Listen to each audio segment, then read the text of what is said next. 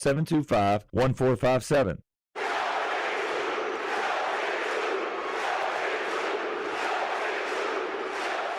Welcome to Kentucky Roll Call.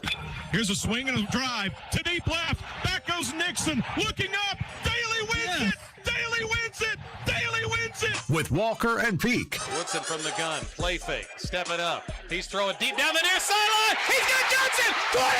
Down. 5. Touchdown. Kentucky. When Mitch called me and talked to me about being the head coach here at Kentucky, I understand the assignment. We are here to win banners. Back outside. This is the point where he always hits it. Oh! Aaron Harrison beyond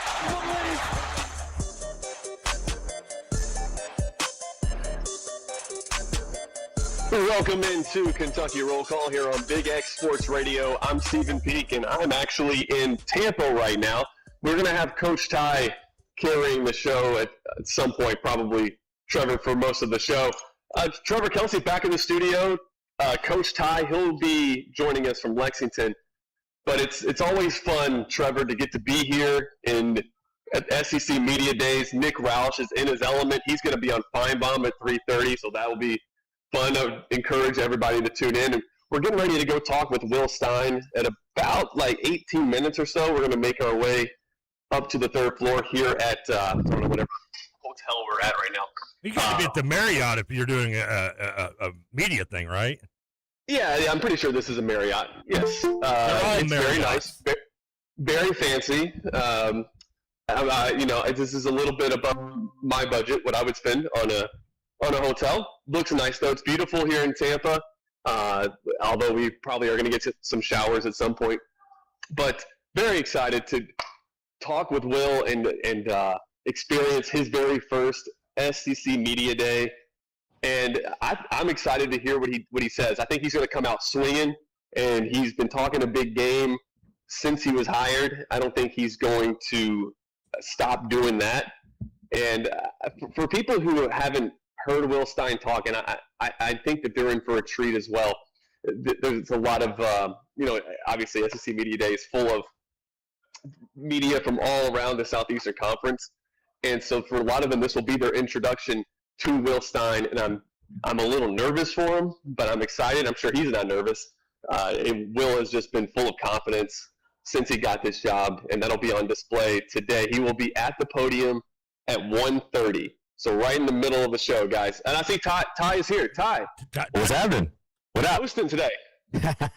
I will say this, though. If you haven't heard Will Stein speak, well, don't worry, because at 1:30 we'll probably go to that press conference here on the show. So nice. We'll have that live as long as they're on time. Hopefully, will be SEC Media Days. I'm assuming it's on a strict schedule, unlike some other conferences that just willy nilly their way through the press conferences.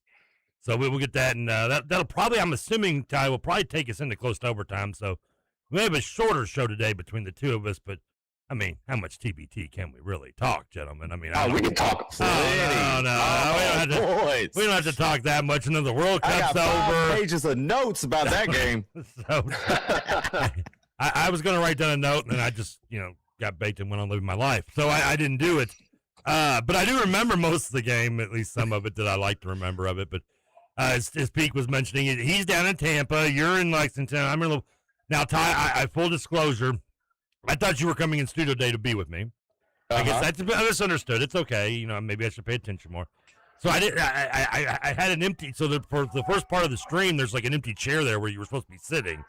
On our YouTube stream, I had to take it off. Peak, I don't know if you had a chance to be told this. You will eventually, though. Your remote picture of you holding your Emmy is now on the YouTube stream. I know we need to get a picture of Ty holding up like one of his championship trophies or something, or. I can't do it now on short notice. We'll have to save this for the next time we do this. But so if that in a few minutes, if you're hearing a voice and you're like, man, Peak's got some bass in his voice listening to watching the YouTube stream, that's not Peak anymore. That'll be Coach Ty. So, but Peak, I gotta ask you, how's the? You mentioned Roush is big time on us. He's going on Feinbaum. I know you probably turned it down for him to get the opportunity. It's so nice of you. How has the stay been down there in Tampa? Have you reached out to my cousin yet? She lives down there.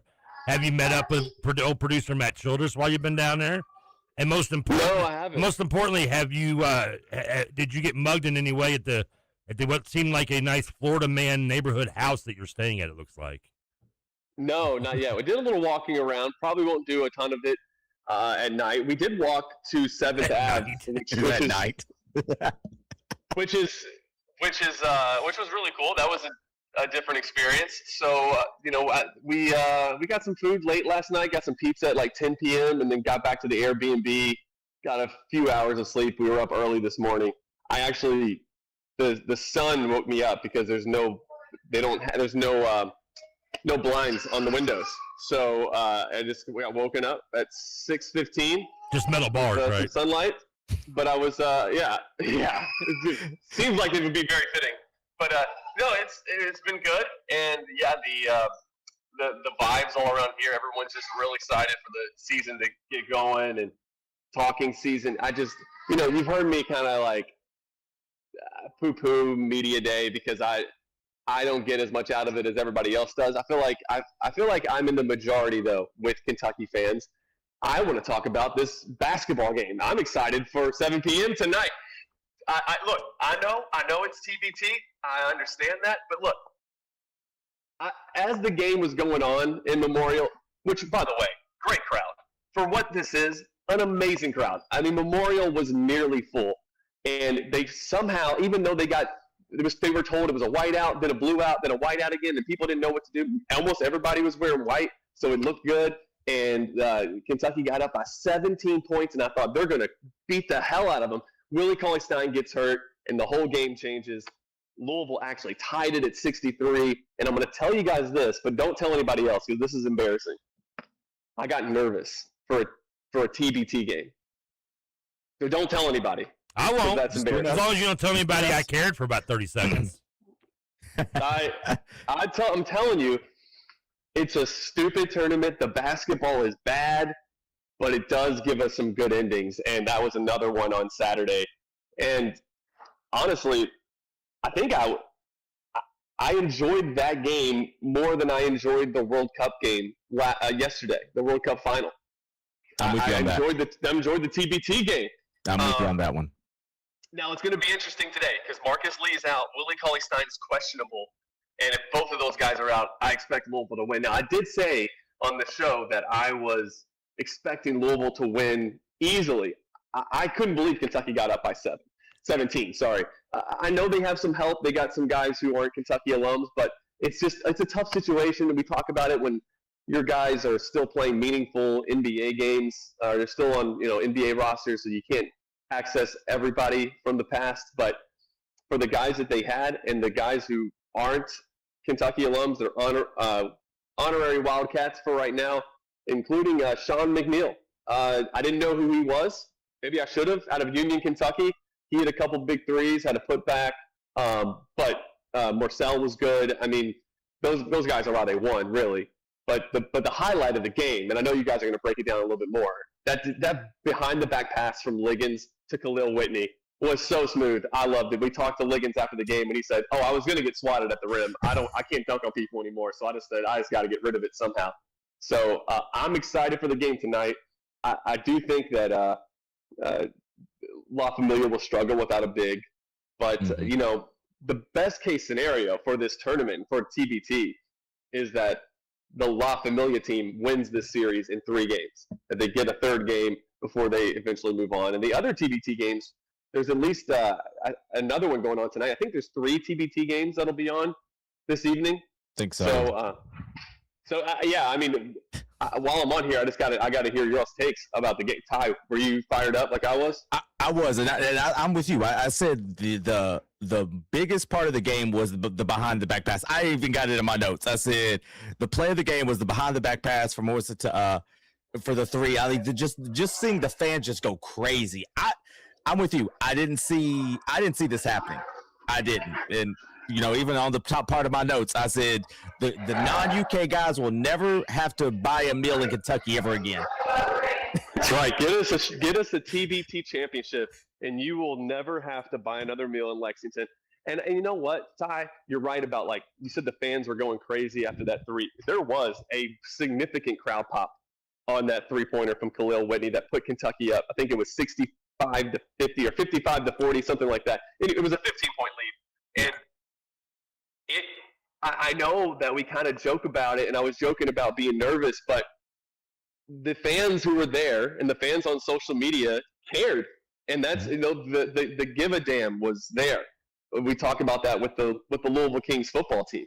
Mm-hmm. So that is what's so awesome about this. This state is just so different. And these two fan bases, the Kentucky and Louisville fan bases, are just different when it comes to basketball. I'm interested to see what the Aftershocks and the Kansas alumni team, what they're able to bring for this tournament. And I don't know, what do you guys think? Will there be a bigger crowd tonight because you'll have a good solid mix of Louisville fans and Kentucky fans? There was hardly any red in Memorial Coliseum on Saturday, although the few that were there did make some noise when they tied it up at 63. So I think there should be a bigger crowd tonight. What do you all think? I do. I think it is. Yeah, I think historic Freedom Hall will be rocking tonight. From UK, and then this guy here. I know it's Monday night, but we're not just talking about an episode of Raw. But there are some, maybe some predetermined things tonight. You don't tell me the TV doesn't want a Game 3 back in less historical Memorial. I mean, of course they do, and I'm not saying that they're gonna. I'm beyond ever saying there's conspiracy in officiating when it comes to sporting events. I mean, come on, I've never gone down that road.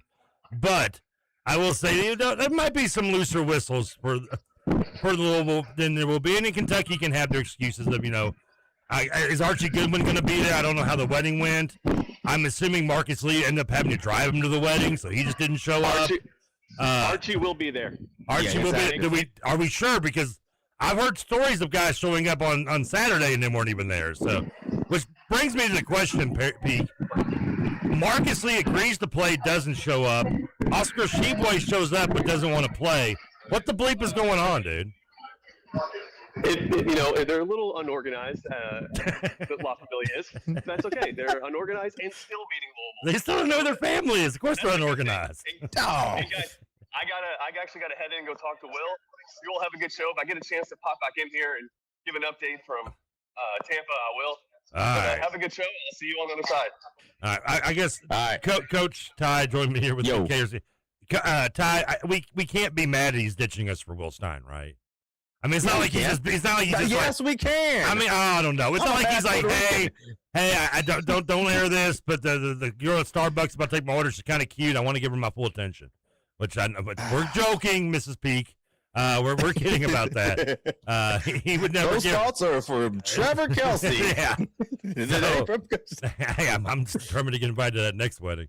So, but back to the TBT stuff. So, and as I said earlier, it was Pete down in Tampa. Roush too big to join us down there. He's going to be on Feinbaum later on at 3:30. You want to tune into that? You get maybe bored listening to a little bit of Rutherford show, but you shouldn't, which will be going on at the same time. And as I said, 1:30, Will Stein's supposed to be meeting with the media. Hopefully on time. If he does, we'll probably take a little break around about 4 or 5 minutes before that comes in, and we'll come in. We'll bring that to you, and Ty, we can sit back and kind of listen to that, see how long that goes with all the other. Stein will probably meet with me. I'm assuming it's about 20 minutes roughly with him and the players, 25. So yeah, we might get a little bit of the overtime left and maybe think about thoughts on it and stuff. And if we do, but we're going to play it by ear, of course.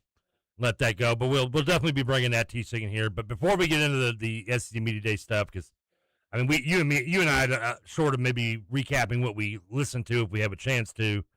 Not a lot to really. I mean, there's nothing you and I. We don't want to talk about, but we want to talk about basketball, right? We want to talk about, but first, we also want to talk about football. We got to talk about the football. I got to start with that one. Because y'all made me watch it. You all made me watch it from the start to the beginning, and we converted you. Yeah, you all did. Y'all really did. I know.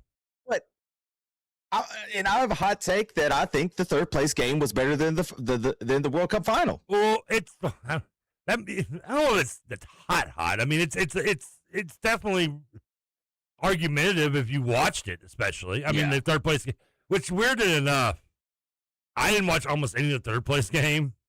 Really? I watched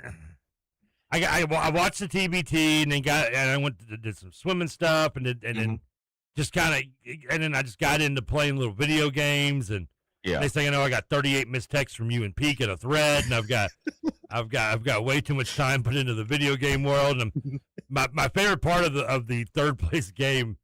So my mom has also been like and she's been converted into soccerhood in this tournament. Now I say that, but I have to give her a little bit of a benefit of the doubt. But Saturday, so she's been all in Norway, but she's rooting for England too because she knows I like I've been rooting for England. And I want to see England to beat France because it's France. We're Americans. We don't like France. And even though they give us the Eiffel Tower or the Statue of Liberty, we did kind of take the Eiffel Tower if you're to Kings Island. Go to Kings Island, we took it there. Or Paris, Kentucky, I think you told me one time.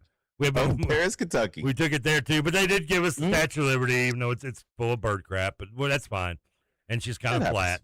So, but that's all right. We'll take it.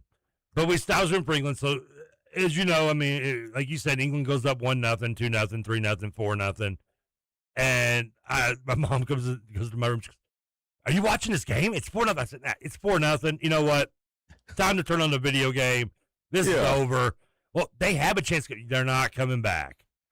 And so a few minutes later, she comes, whatever it was, and she comes back and she goes, "It's 4 with the most bleep eagle grin, like when your daughter thinks she's like you got kid, like that look that kind of grin you get when she thinks she's getting away with something. It's 4-3 now, just to be a smart like the comeback's happening. You didn't think it was going to happen. You said I didn't know anything. 4-3. I'm like, oh crap, it's 4-3. Yeah, turn it on. 5-3. I'm like, she goes, I just walked back here. It didn't take me that long. And of course, as you know, they ended up being 6-4. Mbappe gets the record. Fun game, back and forth. Opposed to the championship game, the third place game is kind of a, bleep all the rules. Let's go out there. Let's just play fast. It's almost like watching a current NBA game where the championship game felt like more like a 90s NBA game, where teams are playing defense. They're not willing to give up. They just do not want to make a mistake. They're going to grind you down.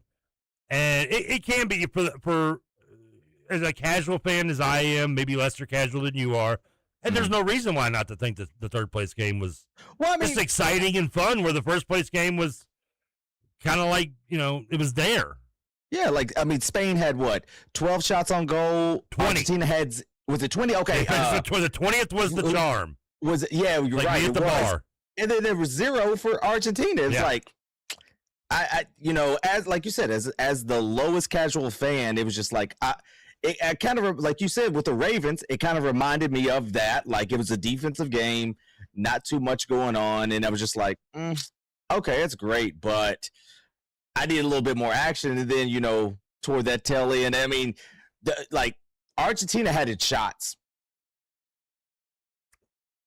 but at the end of the day, I think they end up getting the stat sheet. I don't have right in front of me, and I know they end up officially having shots on. I don't know. I guess officially shots on goal and shots as well because they did get. Did they? Well, I've got ESPN. I got ESPN stats up right now. They got 0. That's what they had. What didn't that count? Messi had a few of them near the end there. Yeah, so I'm looking at the team stats right now. Possession was 65%, Spain 35%, Argentina. That shots on goal was 12 for Spain, 0 for Argentina. Let's see here, and then saves 11 for Argentina, 0 for Spain. Well, maybe they didn't count them as a shot. If that's the case, and that's still insane that they would. And you get it was 20 shots, 11 on goal is why you get the 11 saves if you're looking. And again, I didn't know you're novice on the stat thing too. I didn't know maybe if you didn't. We're like, why is it 20 and 11? I mean, what's that? Because I was like, because just goofy European sport can't even figure out what a shot is. I like literally they had 3 chances toward that tail end to get it, and then just couldn't do it. Yeah, it wasn't a bad game. I'll be honest with you, I didn't watch. I was kind of spaced out during the first half. I was more into the second half because the game was kind of more of a half game where again, it's the pace and you're just pretty much watching. It was weird. It was kind of like watching how everybody else had played with Argentina, where where everyone else was just kind of like hanging on for their life to get something of a lead, or just trying to play defense and keep them, you know, hope that Messi wouldn't score. And in the reverse time now, this was Argentina just kind of, you know, grinding and fighting for their life on defense throughout most of the game, which is difficult when Messi doesn't play defense anyway. So you're already down, like, you're instead of 10, you're like pretty much 9 anyway out there playing. But yeah, it was so. Now before we get to break, we do got to get to this first break. Did you watch the halftime show? Yes, I did. Okay. And I've got a hot take. Good, because I didn't watch. I turned it on. I don't know. Was that Madonna who starts it off? It was Madonna that started it off. So I did make the right decision for turning it right away when that happened. Correct. I flipped the channel. The Smelly Car episode of Seinfeld had just started on Cartoon or Comedy Network when that started. So I just watched that entire episode instead of the halftime show. But I want to get your thoughts on it because I have seen some clips. I had certain people talking about it. I'll be honest with you, full disclosure, I didn't watch it, didn't care. But I do care what you have to say. So we'll be right back again. Trevor Kelsey, my man Coach Ty in Lexington. I'm in Louisville. Peak is somewhere in Tampa. And you're not here, so I don't know what the hell's wrong with you. But either way, we'll be right back on KRC.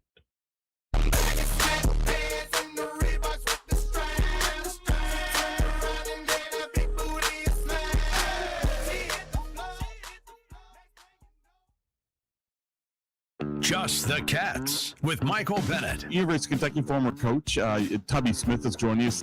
What kind of advice would you give Mark Pope going into year 3? I don't know if I give him any advice, and hope we'll have him ready to play. I've been over. I watched him work out some back in the spring, so I know he's excited about this group. And so should all Wildcat fans. Weekday mornings at 8, followed by Spears on Sports at 10 on the Big X Sports Radio. At the IHSA, we can't say enough about the important role that high school coaches play in education-based athletics. That's because coaches don't just teach the fundamentals and skills of a sport. They're educators and mentors who help develop student-athletes into well-rounded human beings. They're role models who teach invaluable qualities like integrity, grit, and teamwork. They inspire confidence and help impart critical life lessons. They push players to be the best version of themselves. I'm Commissioner Paul Neidig. On behalf of myself and our assistant commissioners, we want to say thank you to every Hoosier coach who prioritizes growing student athletes over winning at all costs. Thank you for always setting a positive example for your student athletes. For being the leader that every young person needs in their life. For representing the entire school community with character and class. High school sports in Indiana wouldn't be the same without coaches like you who care. Fans, support the coaches at your school by buying a ticket to your high school's next athletic event. T.A. Jenkins and T.A. Jenkins Company, LLC, proud sponsor of high school basketball on the Big X. Call Terry Jenkins at 812-989-7381 for your residential and commercial construction needs. Design, build, or remodel, it's T.A. Jenkins Company, LLC, located in New Albany. Email Terry at tajenkins@tajenkinsco.com. That's G-I-N-K-I-N-S. T.A. Jenkins Company. Louisville's longest-running pro sports team is back. Louisville Bats Baseball at Louisville Slugger Field. Family-friendly entertainment at budget-friendly prices. See future Cincinnati Reds in action. To plan your day at the ballpark, visit batsbaseball.com. Check the back seat. All right, come here. Check the back seat. Gets in your head, right? Good. Because every year, dozens of children are forgotten in the backseat of a car by a parent or caregiver. All never thought it could happen to them. A message from NHTSA and the Ad Council. At Word of God Bible and Gift Store, custom engraving brings a personal element to everyday spaces. From beautifully crafted door hangings to personalized home decor, each piece is designed to reflect warmth, faith, and creativity. Perfect for welcoming guests, celebrating seasons, or giving from the heart. These custom creations add something truly special to any home. Word of God Bible and Gift Store, located at 1612 Ring Road in Elizabethtown, where thoughtful design meets meaningful expression. Hey, this is General Manager Troy Miles here at the Big X. If you're in the roofing business, plumbing, window company, luxury cars and trucks, hormone replacement, if you're into recruiting or wealth management, I have something to talk to you about. The audience at WXVW is men with money, the guys who make decisions and spend big. And we've got an opening for category exclusive advertising. That means when you partner with us, you're the only game in town. At the Big X, we specialize in taking the little guys and turn them into the big guys. No fluff, no waste, just smart advertising that works. We've done it before, and we're ready to do it with you. But spots are limited. Call me today at 502-259-8085. That's 502-259-8085.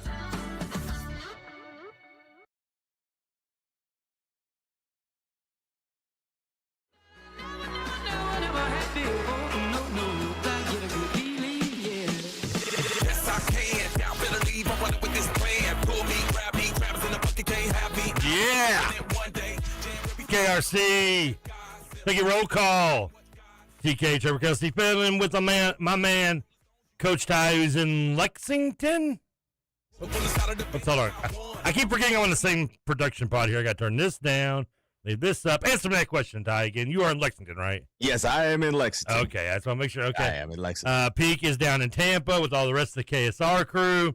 They're talking to Coach Stein, I believe, right now, getting a little sneak peek. There you go. You like what I did there? Oh, look at you. And we'll hopefully, Coach Stein will be talking to the media live at about 1:30 in about an hour. We'll hopefully get to that to you live as well. And so, by the way, I told you this last night, Ty, in honor of Peak and everybody being out of Florida, I figured I'd go, or to Tampa, I figured I'd go with the traditional music theme and go with the rapper Florida. So I figured that would work out perfectly, right? That would be perfect. Now, is he from Tampa or is he from Orlando, Miami? I don't. You know what? That's a great question. Hold up. Let me see. I mean, is he just like this? You know, like UK? Just he represents the whole state, so that's why he went Florida. He is actually from Miami Gardens. Okay. I was going to say, I was just begging you to be like, he's from Montgomery, Alabama. Yeah. That would be our luck. That would be our luck. Funny little fun fact about the song I just played. Good, you because I know you're a Florida fan, right? Yeah. Okay. You like the song "Good Feelings." Interesting fact about this song. I noticed this when I was looking up his tunes. He sampled the song is sampled from another song, which is not uncommon, right? Yeah. No, I mean, but that song samples from another song. So when you break it down, Florida really only did 1/3 of the song. Which, by the way, his other songs pretty much, I don't know if he has anything that isn't completely double sample of most of the songs that I went through. There's a song from the 80s he did, and of course, let's not forget the one where he taught where he had all soccer moms singing how to give a whistle while their kids are in the backseat singing along. Oh, man. That favorite tune, which I'm sure not the spoiler we might get to in a little bit. Speaking of tunes and maybe people that are way past their prime, the halftime show. So now, like I said, Madonna, which I'm assuming this was AI generated because I've seen recent pictures of her and it didn't really look like her, but I thought this has got kind of an 80s Madonna look. So I'm assuming this was AI done. I don't think it was. And in my opinion, she might have got some stuff done. We don't know. You know, she's like 70, right? Yeah, well, 70. I was going to give her 80, but okay, 70. We'll take 70.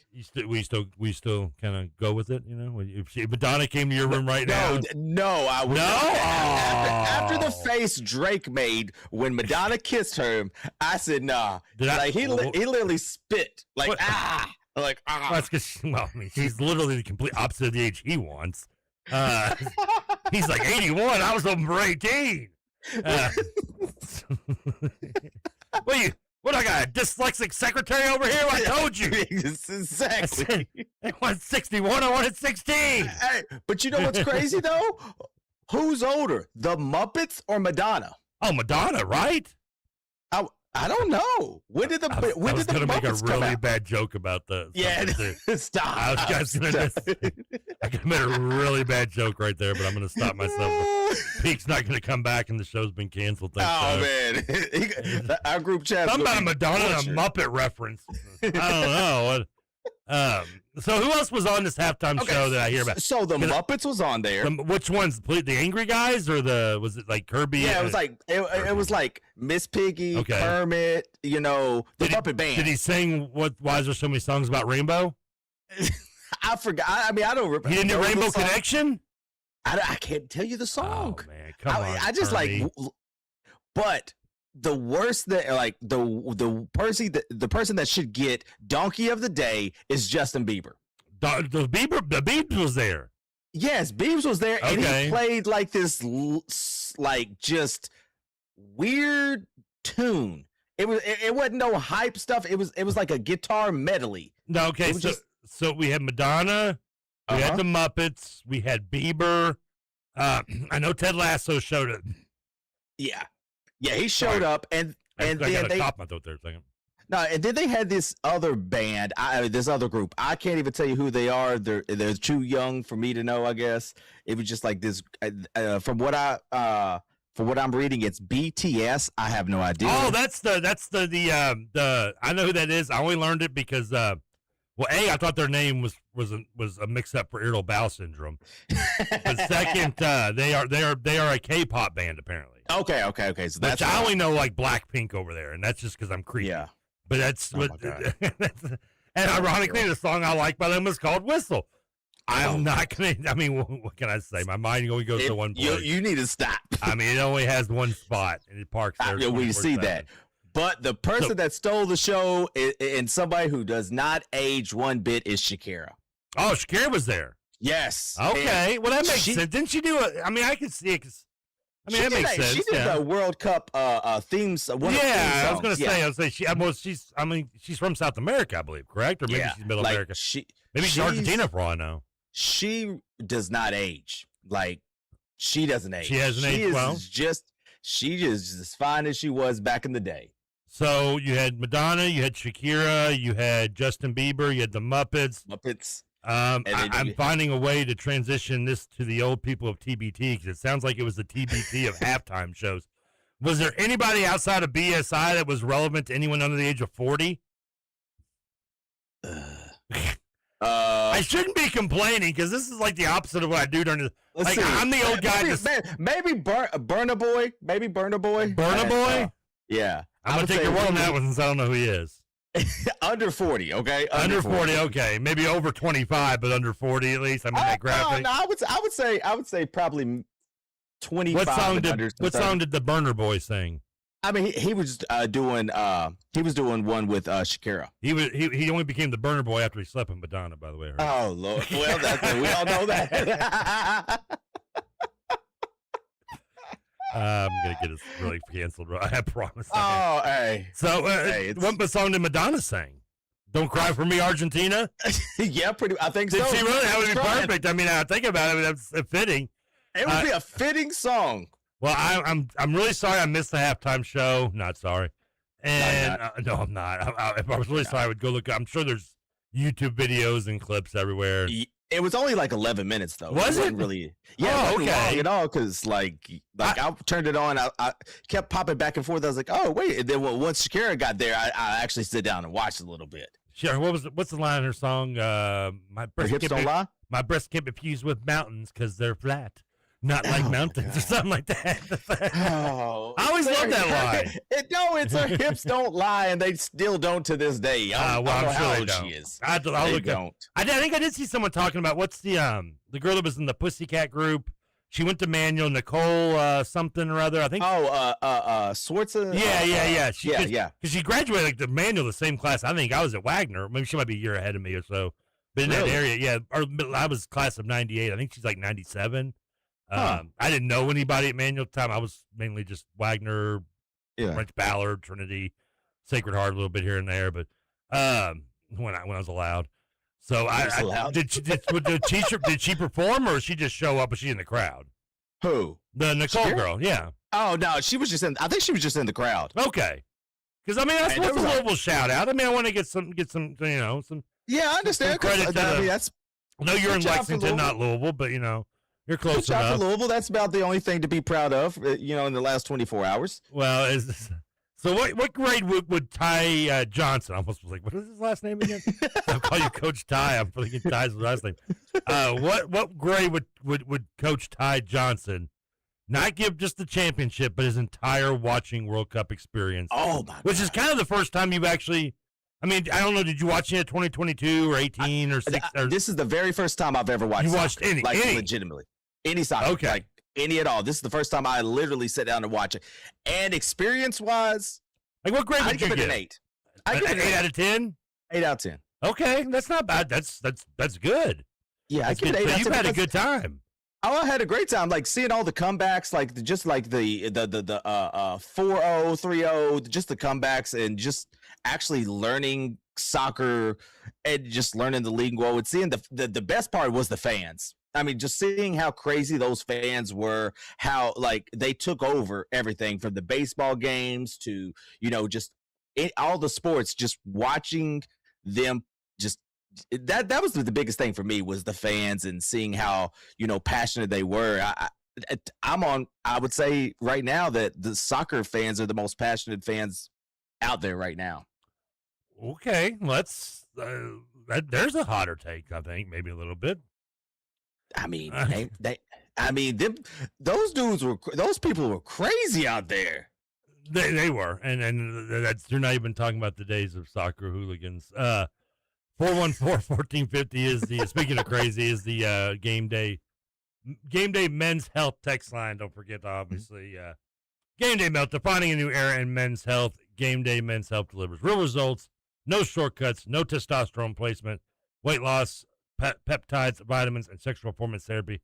They've got you covered when you want to hook up with Shakira, Madonna, or anyone else from that era. They have your back. We do have a couple texts, Ty. All right. Well, wait. Can we wait 2 seconds? We got breaking news. Well, okay, break it for me. All right. So it looks like for the TBT today, Willie Cauley-Stein has been upgraded to active. Archie Goodwin has been downgraded to inactive. Means he didn't. He means he was stuck in traffic or he overslept after the bachelor party. All right. That's the breaking news. Ooh, and I want to get the TBT talk here in just a second, real quick. One text says, why is the producer taking so long to get the show going today? We had a late start. I do apologize. The damn producer, scrub bum. Oh my God, he was so terrible. He said, I fired him. I replaced him with me. We had a little. We said two hiccups. One, I was outside till like the last minute waiting for Ty because I thought he was coming in here. This is all like when the hot girl said to meet her at the Denny's at 3 a.m. on Preston Highway, and I sat there for 2 hours. So you got stood up. Yeah. That's unfortunately. You got stood up by the Puerto Ricans. I was hoping to get stood up, but just got stood up. So yeah, but we were a little late, so I apologize. That's on Ty. Nobody texted in. It says, "Whoa!" Trying to slide that under the bus there. Good try. Nobody wants us to know Madonna's self-proclaimed witch. Okay, she probably just filled up with some. I don't know if I can say. Okay, well, we'll see. Filled up with something. It's got protein in it. I mean, she might be. I don't know. I mean, but I saw a picture of her recently, and it was kind of like Goldie Hawn's lip job that didn't go right. She just looked. It was sad because I mean, listen, I had the Madonna naked poster on on the highway back in the day on the wall in one of the college rooms. So I mean, one texter does say Madonna is 67. I was hoping 69, but giggity. Oh my Lord. I mean, Madonna did age like milk, though. Let's be all the way honest. She's definitely as white. She aged like milk there. Then Wisconsin guy Carrico says, Roush ever said roll call on Feinbaum or giving Trevor a shout out? Maybe if Roush says roll call or gives me a shout out on Feinbaum, we need to clip it. I will babysit for free for a month. And you got 3 kids, dude. And they're all within like a year or two of each other. So I know how rough you got it. He also says, question mark, the Monkeys. I love the Monkeys. I don't know I don't know that. Did I mention the Monkeys and stuff? Did they show up? Were they at the halftime show? There's only one left. I mean, there's the drummers. I think Mickey's Dolan's the only one left. I don't think there is any other. I think Peter passed. The guy that wore the hat passed. Who's, by the way, fun fact, his mom invented whiteout. Really? That's interesting. And he still wasn't among. And I can't remember. Of course, Davy Jones. I know has passed away. I learned to dance from him. He does the white man left to right stride. You know what I'm talking about? You're killing it. Oh my goodness. That's the white man stride. Man, I didn't know you could move like that, Trevor. Well, I just go right to left, man. It's not really. That's all right. That's all that matters. So that was the halftime show. World Cup is over. I'm sad. I know you're sad. I do want to warn you. Like I love that you've kind of gotten into soccer. If you want to continue to do so, catch, and then you work third shift, so you're up early in the morning anyway. Maybe catch some premier soccer on USA. I think it's on USA Network mostly. Yeah, that comes on. I'm not saying don't support. I'm not. Listen, I want you to 100% support our local, Lou City and everybody. It is a different level of soccer, a different kind of soccer. Yeah, just gonna warn you. It's. With that being said, if you watch the NBA and you for the first time you're getting excited into basketball, keep in mind when you turn on the TBT, it's going to be a little different. Yeah. And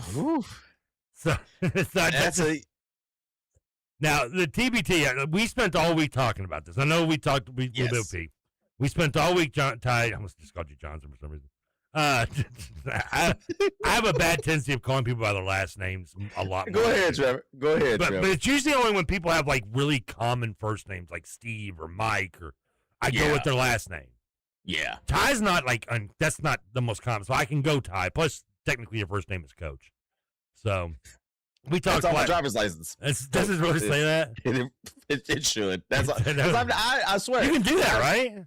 I probably could. I mean, if Meta World Peace could do that and love and all that, I can change my first name to Coach. I don't know if that's the person I want you to emulate the most after, but he found peace. I do get where you're going. I just think maybe another role model might be a better option.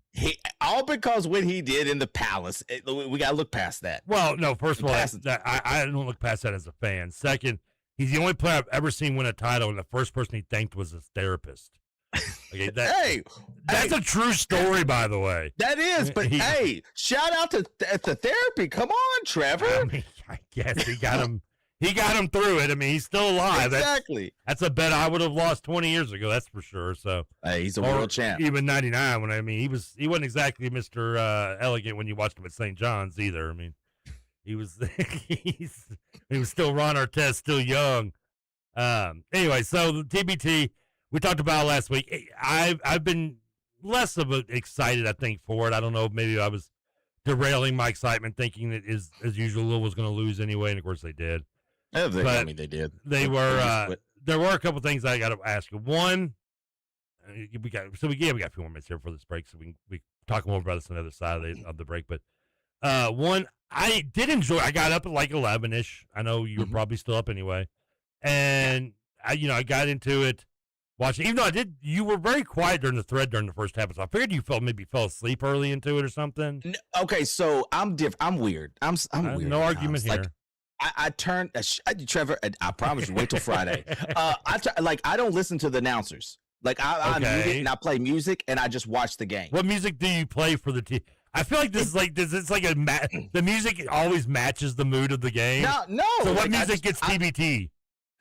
I just put on a random playlist and just play. Like I don't. That's an old school. Maybe you should have gone like Tribe or maybe Tupac, maybe a little Fat Five Freddy. No, I just can't. Like I really can't listen to like some commentators just because I would rather watch and see with my own eyes than listen to somebody tell me what they think. I would rather watch and see. Okay. That's just me. I've always been like that. No, I get that at sometimes. I do listen to the announcers, but I don't, if that makes sense. Like it goes in one ear out the other for the most part.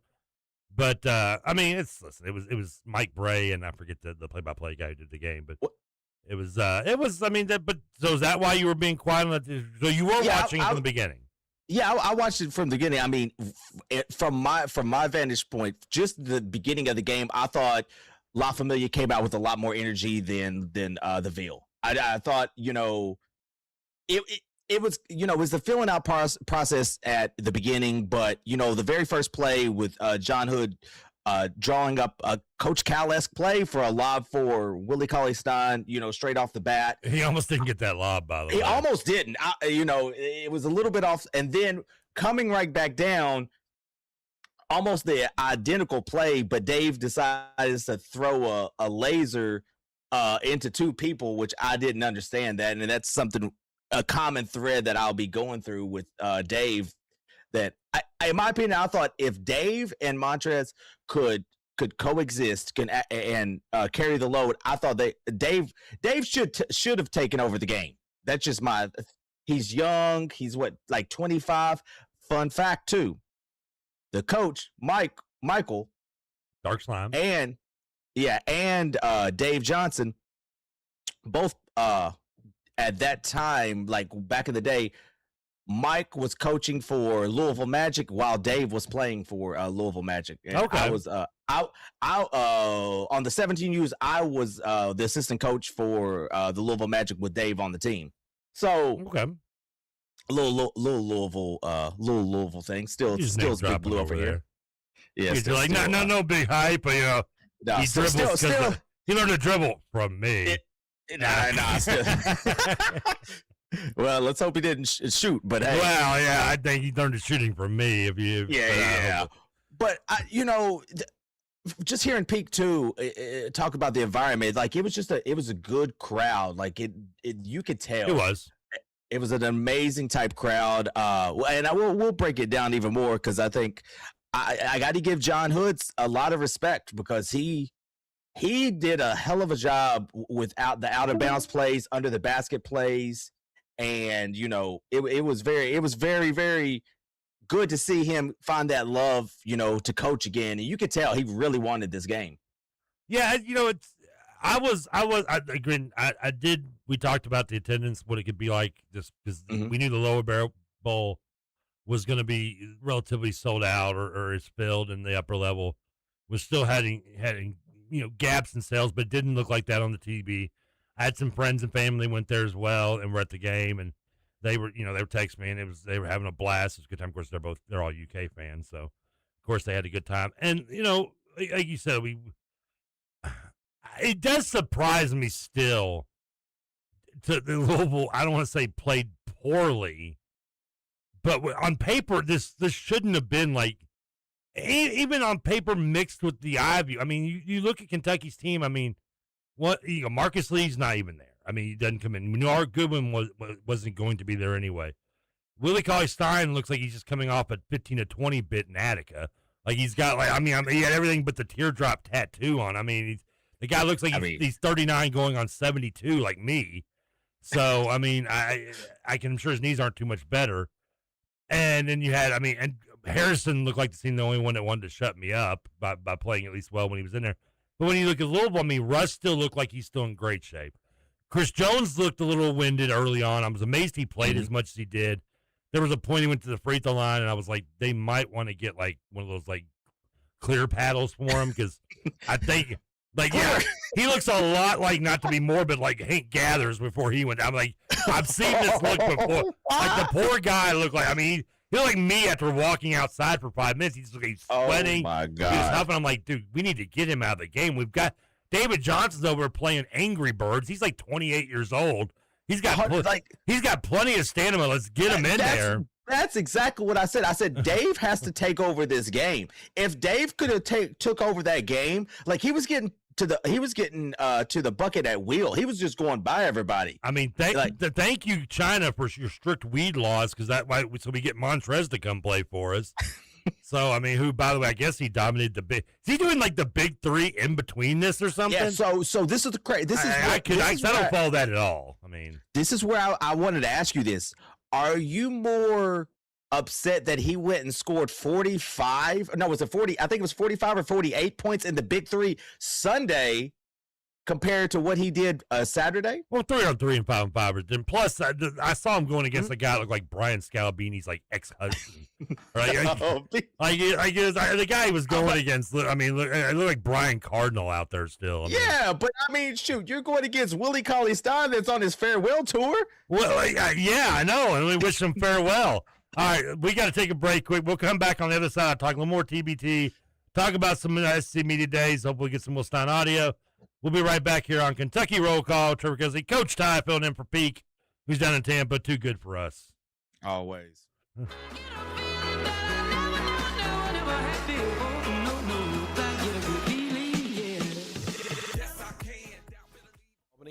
This is Mayor Jeff Gahan.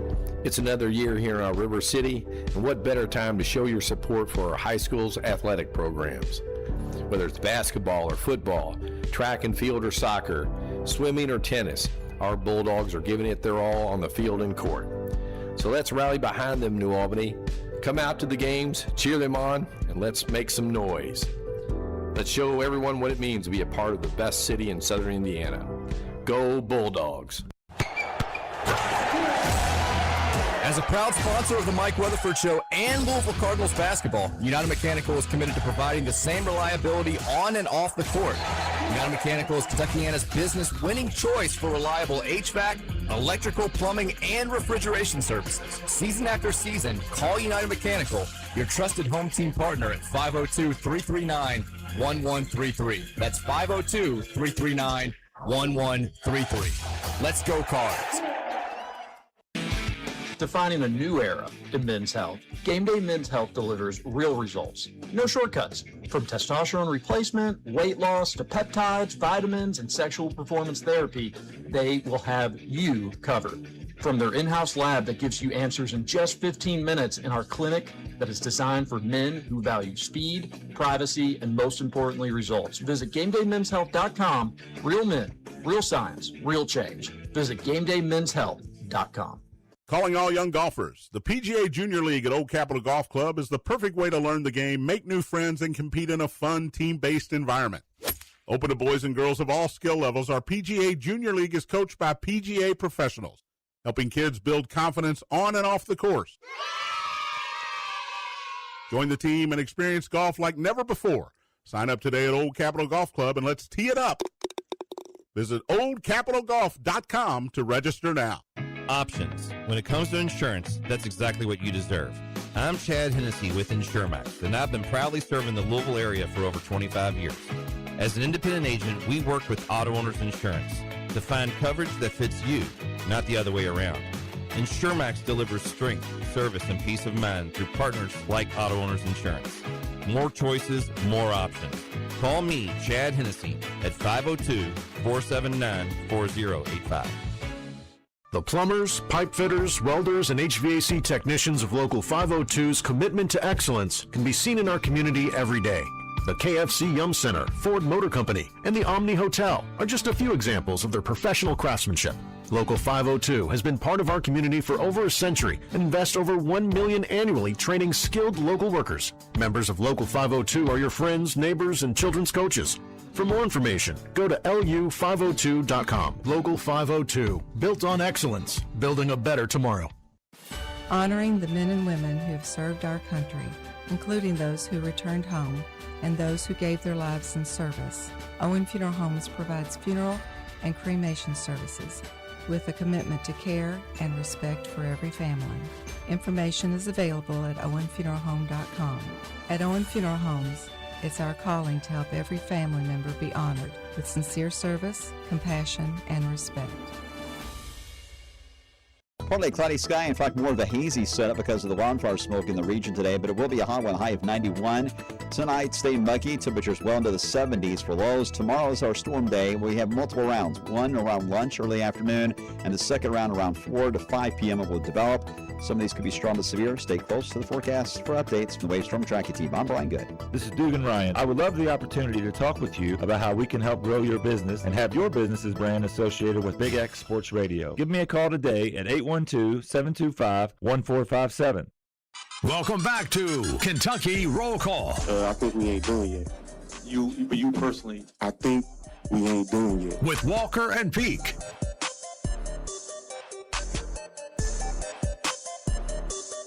All right, we are back. Camera 2 cares. I got to turn the volume down on this real quick. I'm bouncing, doing two different jobs. Coach Ty joining us here also in Lexington on remote. In case you're looking at the YouTube stream, you see me. That is not. You're not hearing Peak, even though you're seeing his picture. But we got Coach Ty with us as well. Ty, you with me? Can you hear me? Yep. Can you hear me? I hear you. Got you. All right. We had to start a new Google Meet, a little behind the curtains work of radio, and when you don't want to pay for it, you do the free one. You only get like 40. I guess it's an hour, I think, free or something. Is like it? That. Oh, see, yeah, I've got the. I've paid for like $1 to get Oh, you got the extended version. Yeah, so I got the extended big baller over there, man. for 99 cents. Hey, that's going right. Hey, Macklemore will say that you can get a lot for 99 cents at the thrift shop. You right. Let's be something. We got this discussion last night. Yeah. Real quick before we get back into TBT, because we love talking nonsense and stuff that really doesn't matter in here. 100%. On KRC or any other show I'm involved on, pretty much. And of course, if you ever want to chime in with your nonsense, 414-1450. 502-414-1450 is the Game Day Men's text line. So you mentioned, I guess, Burning Man Boy or something at the Burner Boy. Yeah, that's it. The burner phone guy.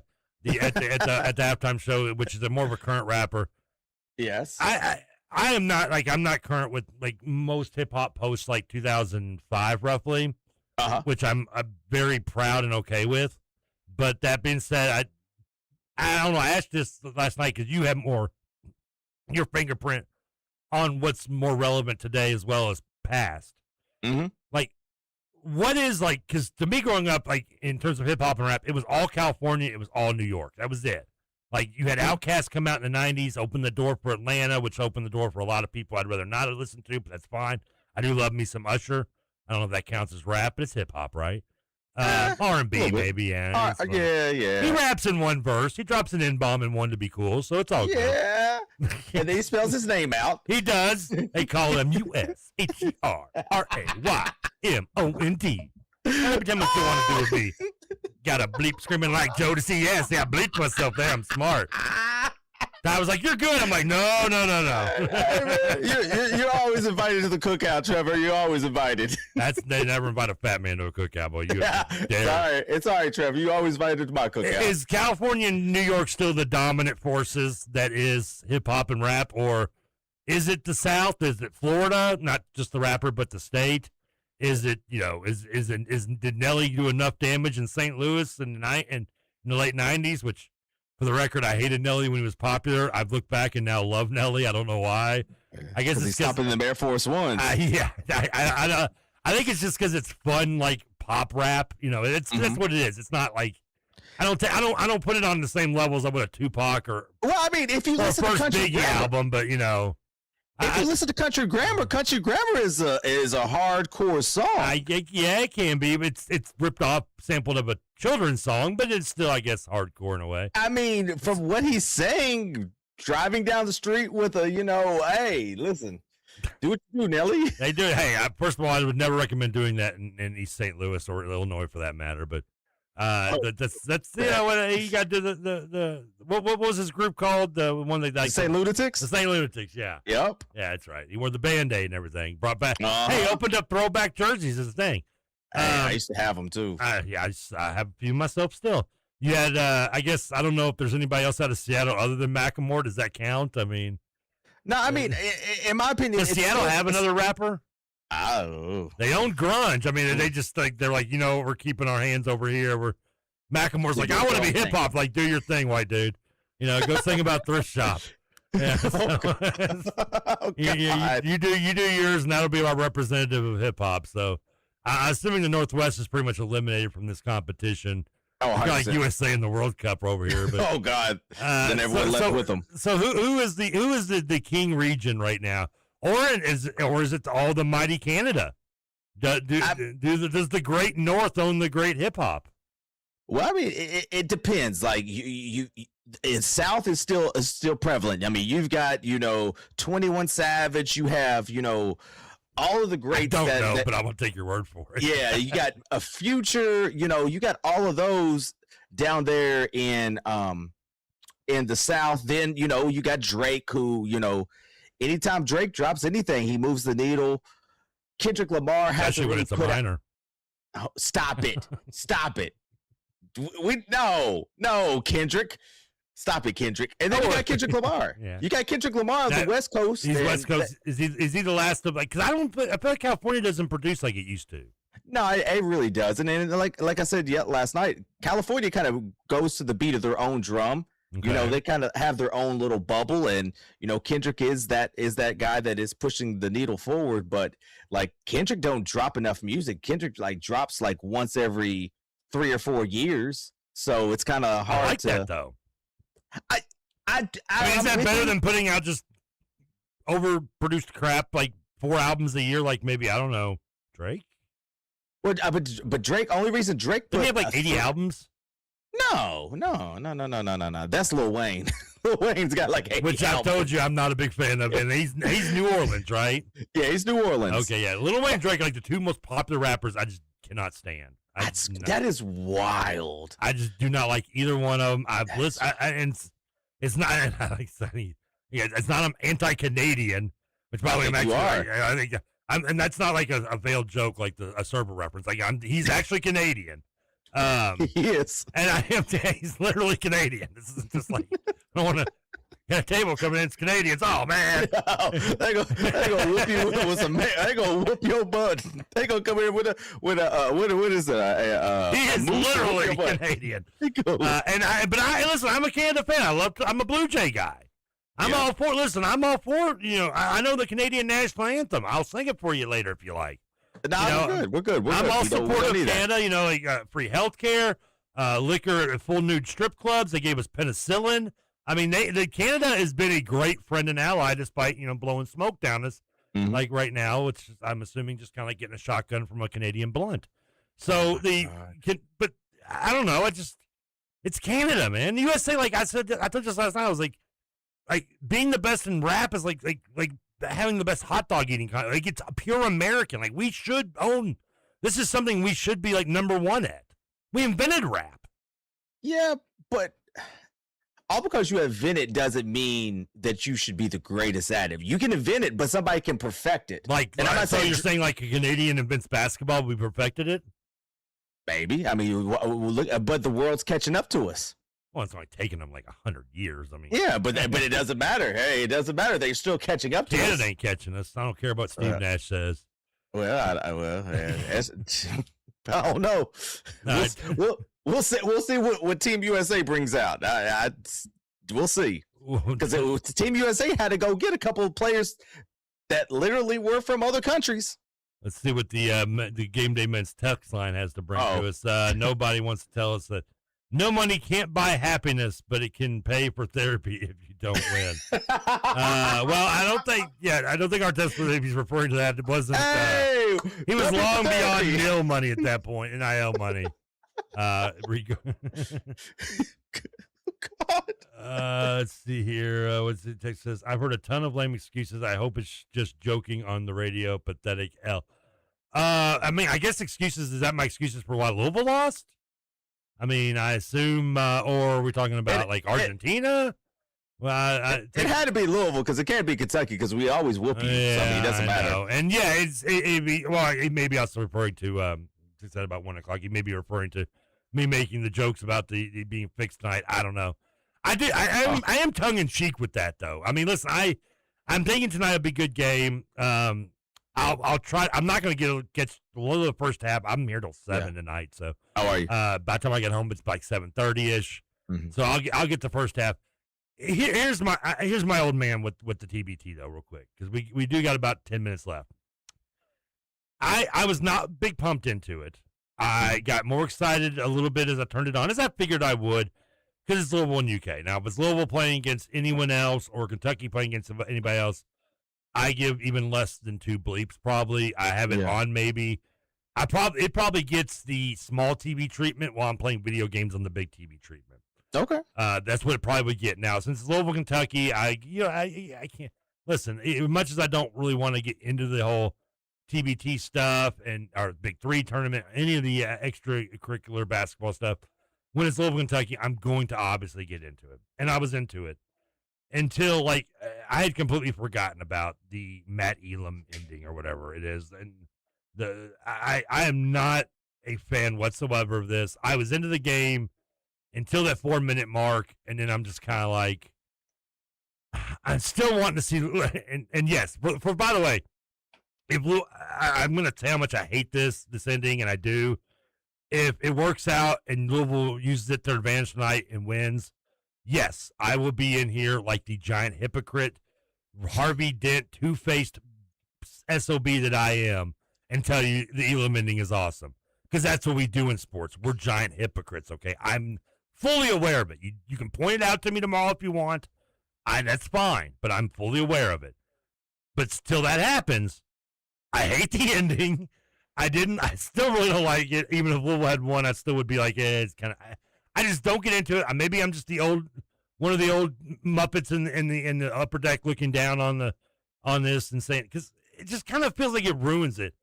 And the one thing that bugged me last night was that, or one thing I didn't grasp, didn't bug me. Well, it does bug me sometimes, but I didn't grasp was, like, the goal was to get to 71. The dude gets the backdoor dunk, which, by the way, shout out to Malik Williams for not only showing up late, but just leaving early, apparently, because he didn't want to turn around and guard a guy on a backdoor cut. Michael was getting into him, too. Oh, he should have been. That was horrible defense. Michael was snapping, and I got in my notes here. I said, if anybody could read lips, I think it was like the about 8-minute mark. Michael threw his pen down and just started going. I'm amazed he did not get thrown out after the Trez technical. Like, I don't know what Trez said, because I was kind of I had the volume up. Like, I wasn't jamming, but I had the volume up, but I was kind of doing stuff with my phone. I was doing some other little things. I was kind of playing with the dogs a little bit here and there. So I was listening to it, but I wasn't. But I was also kind of listening to look up when I needed to look up and watch something, yada yada. Have a drink for that one for the Rutherford fans.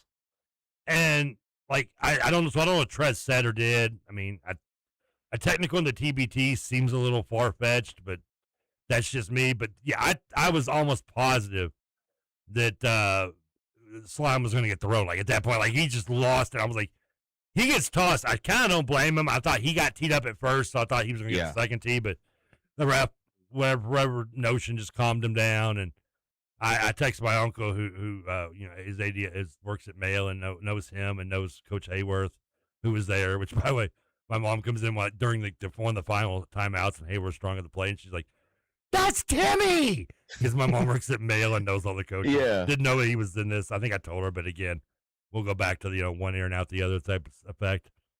And but I texted him. I was like, I think your boy's about to get thrown out of a TBT game, John. I'm like that talking about passion. I felt like Rodney Dangerfield. Like the guy's is a passion for something, for what I don't know. But he was he calmed down. I can't imagine he was that last play, because I mean, listen, I know Montrez, you can blame, maybe didn't turn around as well in defense, but that was Malik's assignment. You're a coach, you know that. He just he sat there with his thumb up his butt, which is pretty much a nutshell of his basketball career at Louisville. But whatever. But also, you can't let anybody behind you. You have to know that. You have to talk. And for Willie learned that during his bit. Yeah, like for real, you've got to at least put a forearm in him to not get that wide open, because it was a curl action. So you had what's his name? Daryl. You had Daryl on the cut. You had Drew on the cut as well. So you got that action. There's no reason that Morsley should got behind him. Like, what's his name, got caught up on the screen, and then that's when Montrez should have went ahead and just put a forearm in him and not let him get behind him. But instead, you get a wide open look. And shout out to John Hood again. Shout out to John Hood, because John Hood made excellent adjustments. Every play was not picture perfect, but every out of bounds play almost led to a basket. And that's what you want.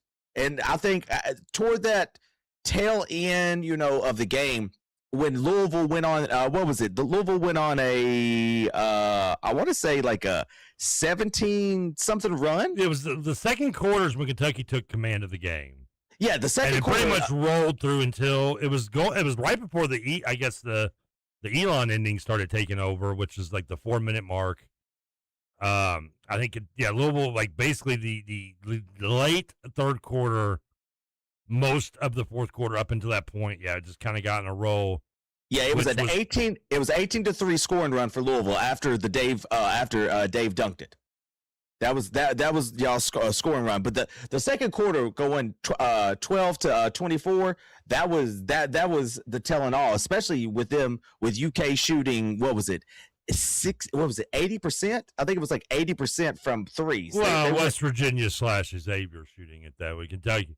the extended La Familia, which I mean, with guys not even showing up, which makes me curious. Like, because did we get a confirmation if Lee was going to be there again tonight or not?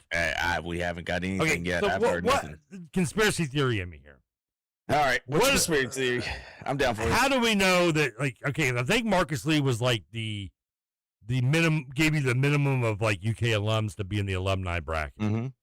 What are the odds he has no idea he's supposed to be in this? That they just gave his name out there just so they could be in the alumni bracket, but didn't even tell him.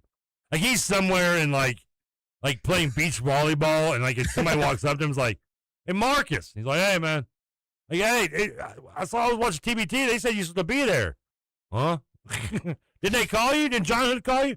Man, I don't talk to him. I blocked his number years ago. Well, did 20 call you? He owed me money. I ain't talked to him either. I go, where you ain't you there? Marcus, I don't know. I wasn't supposed to be there.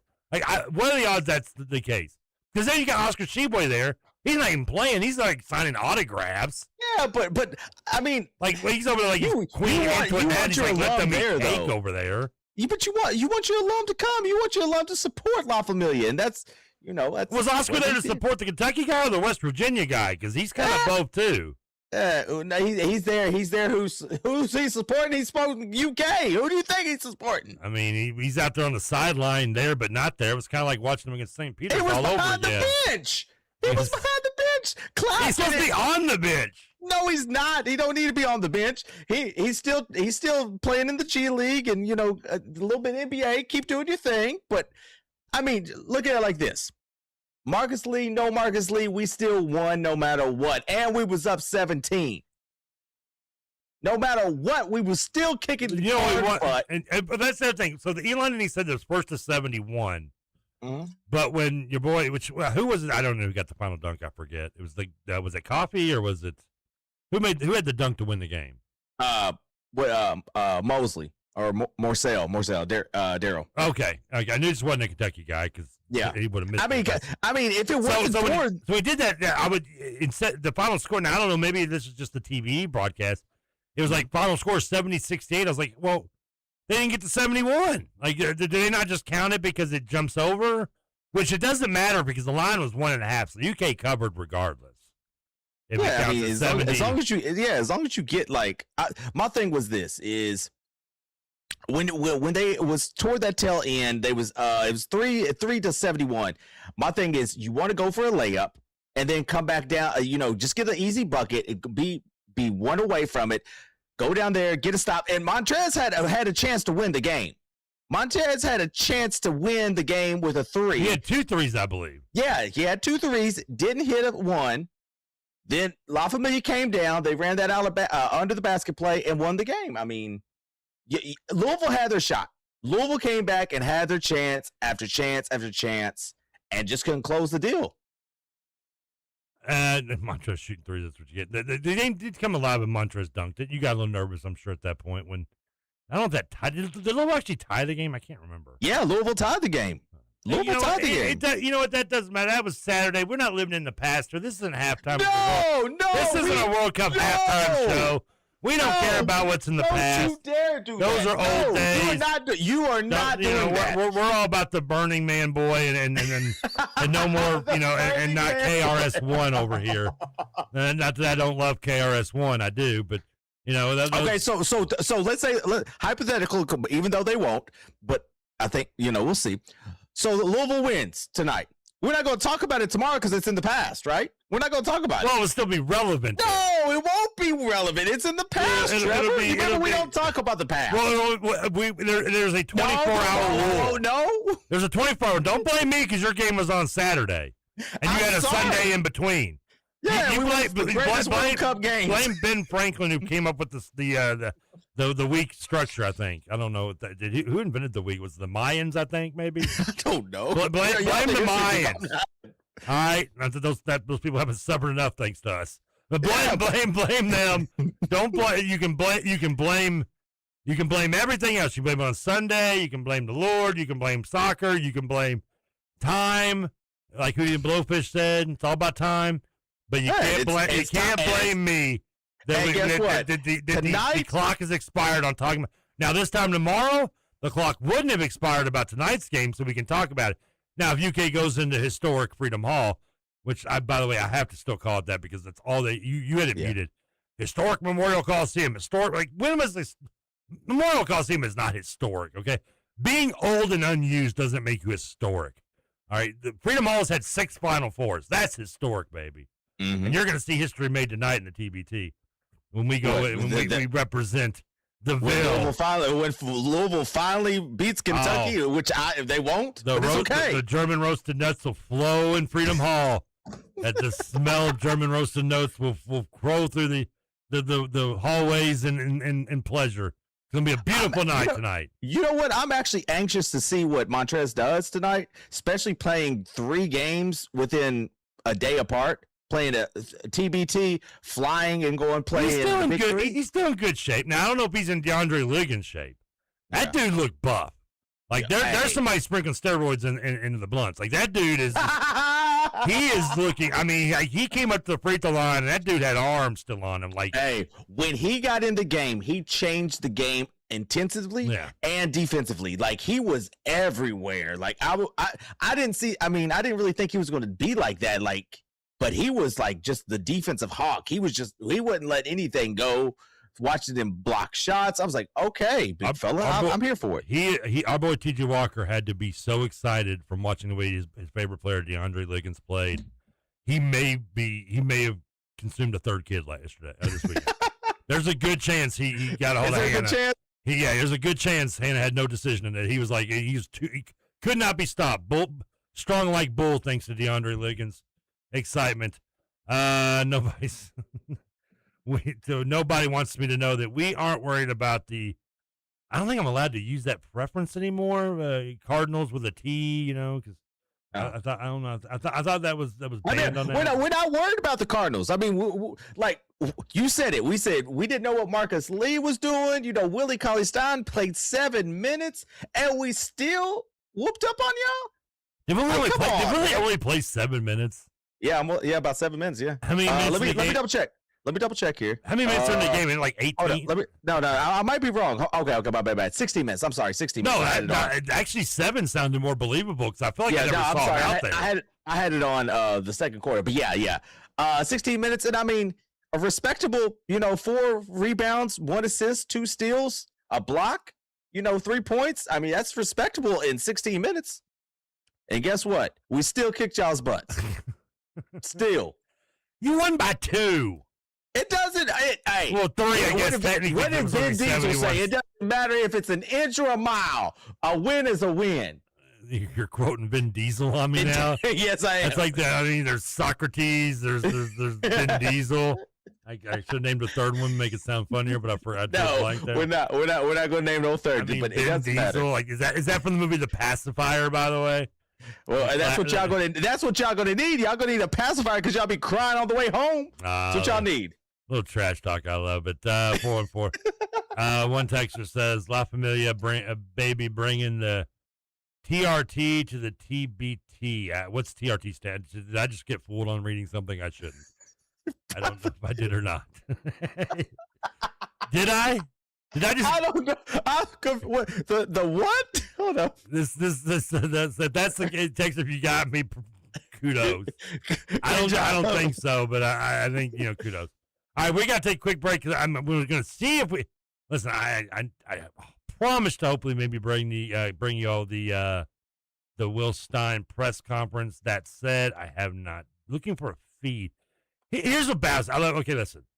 Yeah, I've got live feeds on like I'm going just through YouTube right here. Okay. I've got Texas A&M with like live feeds over here. I've got Alabama like you can pages. I can see their page name. Whatever. Yeah. Huntsville News, whatever, live feeds. I've got a South Carolina one, an Oklahoma one. Where's this Kentucky like love for football be? I mean, I thought it was supposed to be all brand new and ice cream and Dr. Pepper and sprinkles and cherries and Dr. Pepper is the worst drink of all time.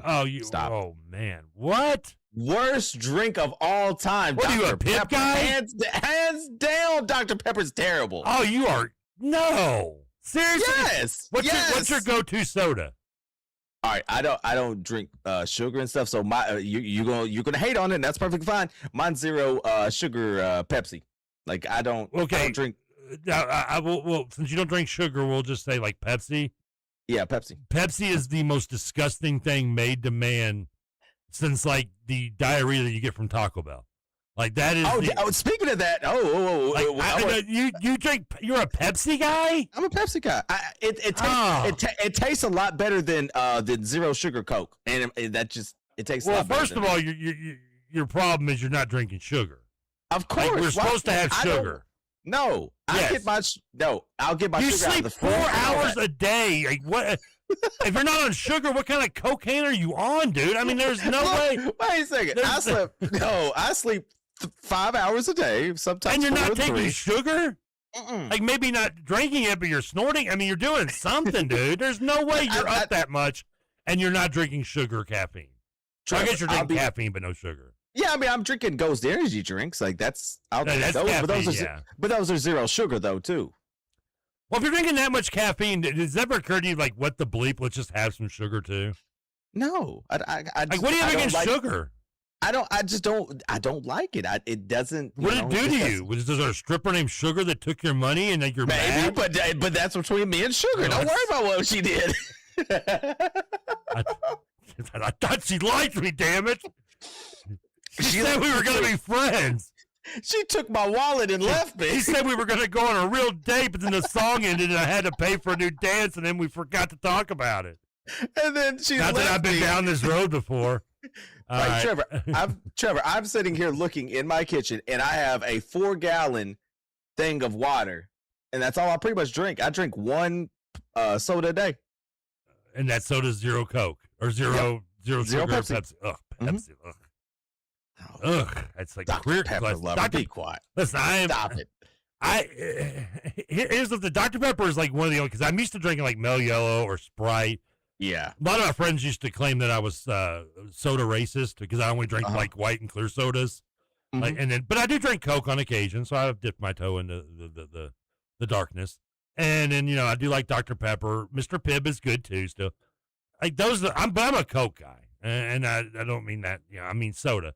But the Pepsi, I mean, Ian, our intern, drinking Pepsi. You're drinking Pepsi. Like, I thought we were cool, man. I thought we knew each other, but. And we do, but I just don't drink none of that stuff. That's you. All right, we got to take a quick break. Come back. I'm still looking for maybe trying to feed. If you find it on Twitter, like send it to me on the station account, I think maybe. If you can't find it, I'm talking you or anybody else out there really at this point. Anybody? Help. One little quick text. Texter says, we all know Trevor doesn't use Gameday Men's Health with their testosterone replacement therapy, which is, okay. That's the text of the day. As TLC said, don't be a scrub. Hey, TLC also sang Red Light District, so give them love. I love me some TLC. Right. All right, we'll be right back. Come back on this. Maybe Will Stein, maybe not. I don't know. You have to come back and find out because I tell you, but we don't even know. Here on the Little Kentucky Roll Call, Trevor Kelsey, Coach Ty in Lexington. We'll be right back. People to see time is precious. I look at my Cartier out of control. Just like my mind where I'm going. The women, the shorties know nothing but clothes. No stopping at my Pirelli's on. Basketball. Cunningham tosses it in to Hines Allen to Caitlin for the tie. Yes! Catch the fever.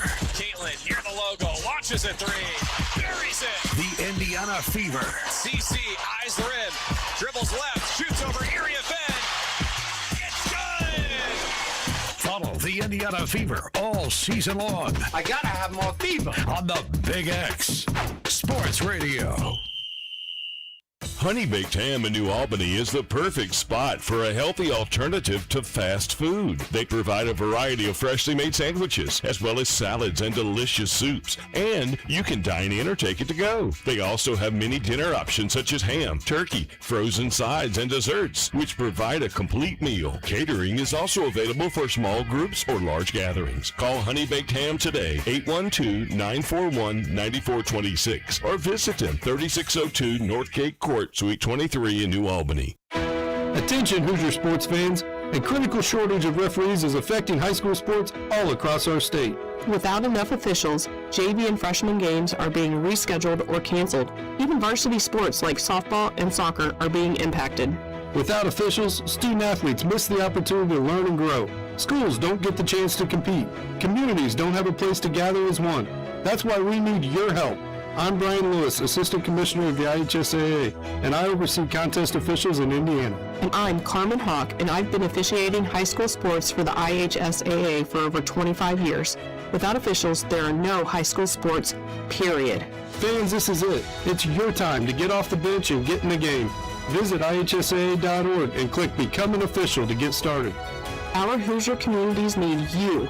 Support high school sports in your community by becoming an official. Visit IHSAA.org and click Become an Official today. Growing out of your space or needing to trade your rent for equity that works for you? Hi, I'm Angie Shaw Pryor of family-owned Rickshaw Realtors, and I can make your ideal home come to life in Jefferson, Oldham, and surrounding counties.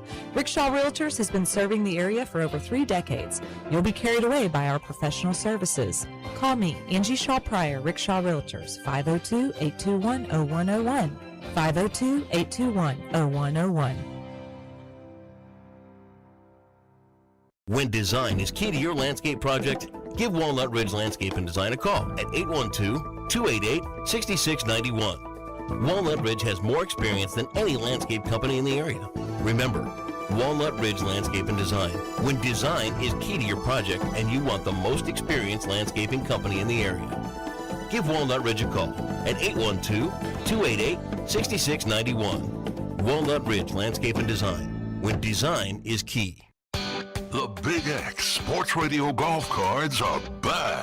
The 2026 Big X Sports Radio Golf Card is by far the best deal in the game. With the Big X Sports Radio Golf Card, you can play Park Mammoth, Old Capitol, Elk Run Valley View, Wooded View, and Christmas Lake, Santa Claus, Indiana. The card is valued at over $350, and you can purchase yours today for $149. Supplies are limited, so get your Big X Sports Radio Golf Card today at BigXSportsRadio.com or call 812-725-1457. BigXSportsRadio.com or call 812-725-1457. Purchase yours today for $149. Supplies are limited, so get your Big X Sports Radio Golf Card today at BigXSportsRadio.com or call 812-725-1457. At Valley View Golf Club, the game just keeps getting better. Over the last couple of seasons, Valley View has continued to add new improvements for members and guests. Enjoy the Tap-Ins Dining Room, now featuring 2 indoor golf simulators for year-round play. Every golf cart now includes a new GPS system to enhance your experience on the course. And to preserve the course's strategy and beauty, Valley View has planted over 120 trees in recent seasons. Valley View is also expanding its golf tournament program. Membership continues to grow, and a waiting list begins May 1st. So join today and experience everything happening at Valley View Golf Club.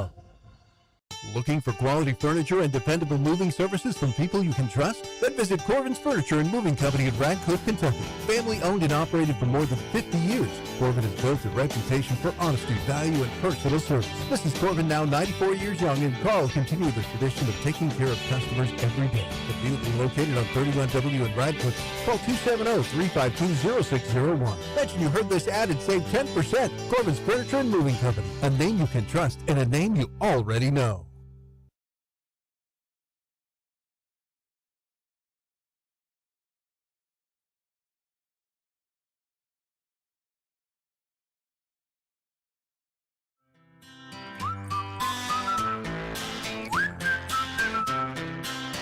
Can you blow my whistle, baby, let me know. Girl, I'm gonna show you how to do it, and we start real slow.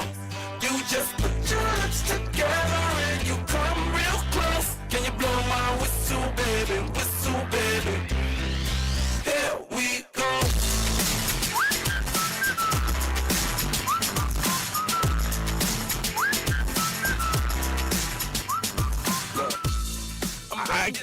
Welcome back. Canadian roll call. Trevor Kelsey filling in. My man Ty Johnson. Coach Ty, anybody doesn't know him or isn't cool. Joining me in Lexington. Our man Peak is in Tampa. Coach, I want to say Coach is on the podium. It's a tongue twister there. Before we do that, I know you were jamming right there.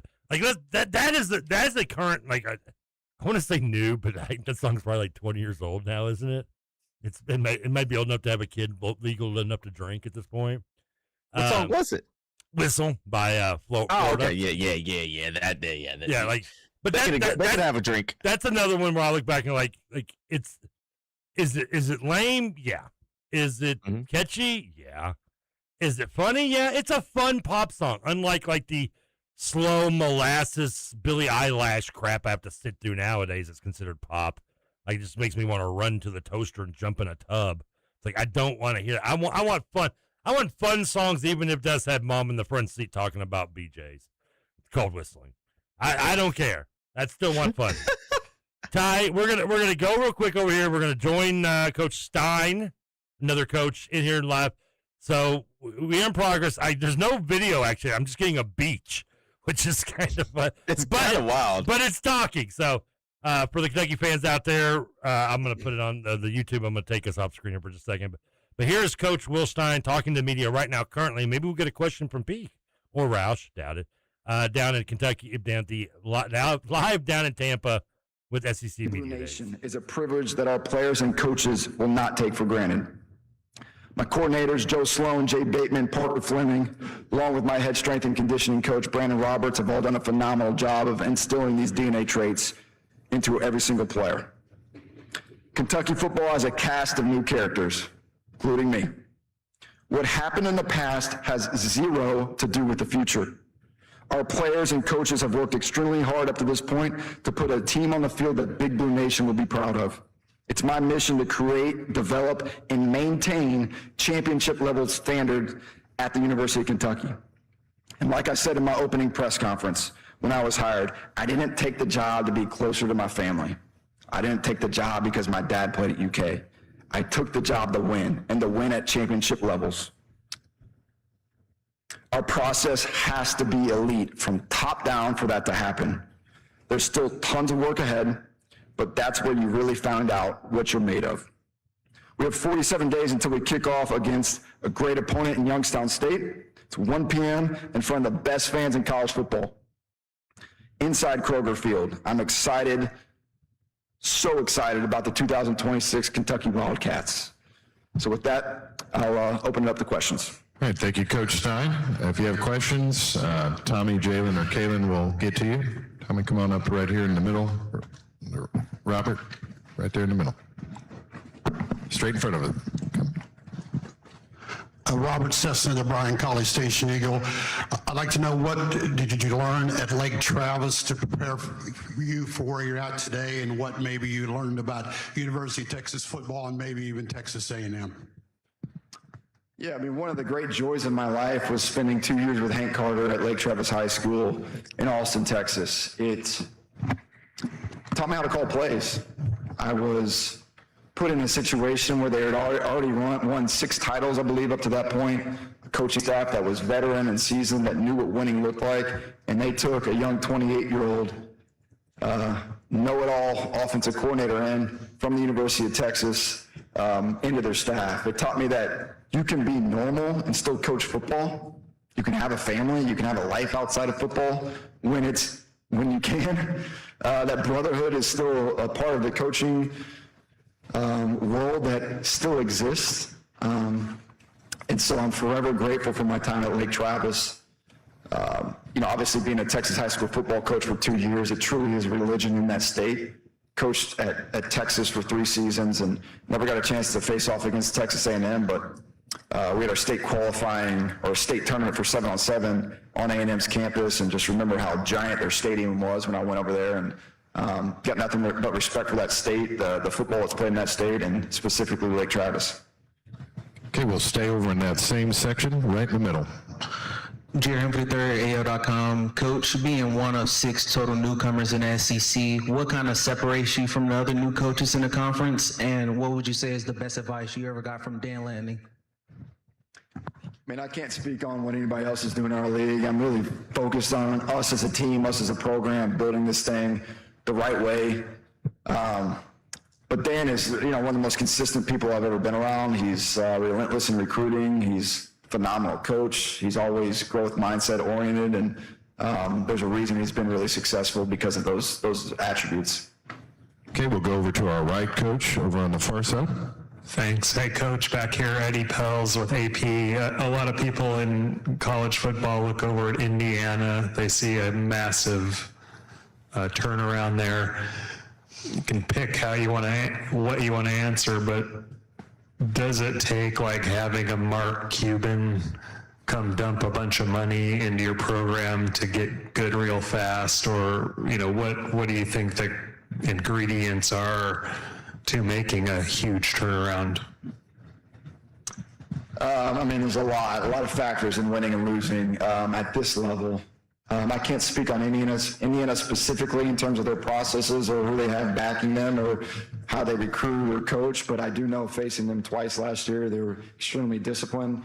Coach Cignetti's obviously done a great job with the culture.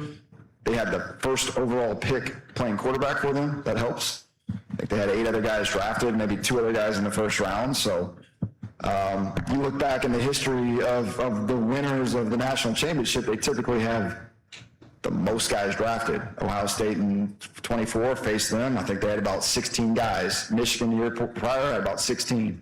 Georgia the year prior, the most. So when you have great players and you add a great culture and a coaching staff and scheme, typically good results happen. Coach, we'll go over here on our left-hand side. Hey, Will, Chip Brown with Horns 24/7. You had a couple transfers from Texas, CJ Baxter and Bo Barnes. Just wanted to get your take on those two and what you think they can do to impact the program. Sure.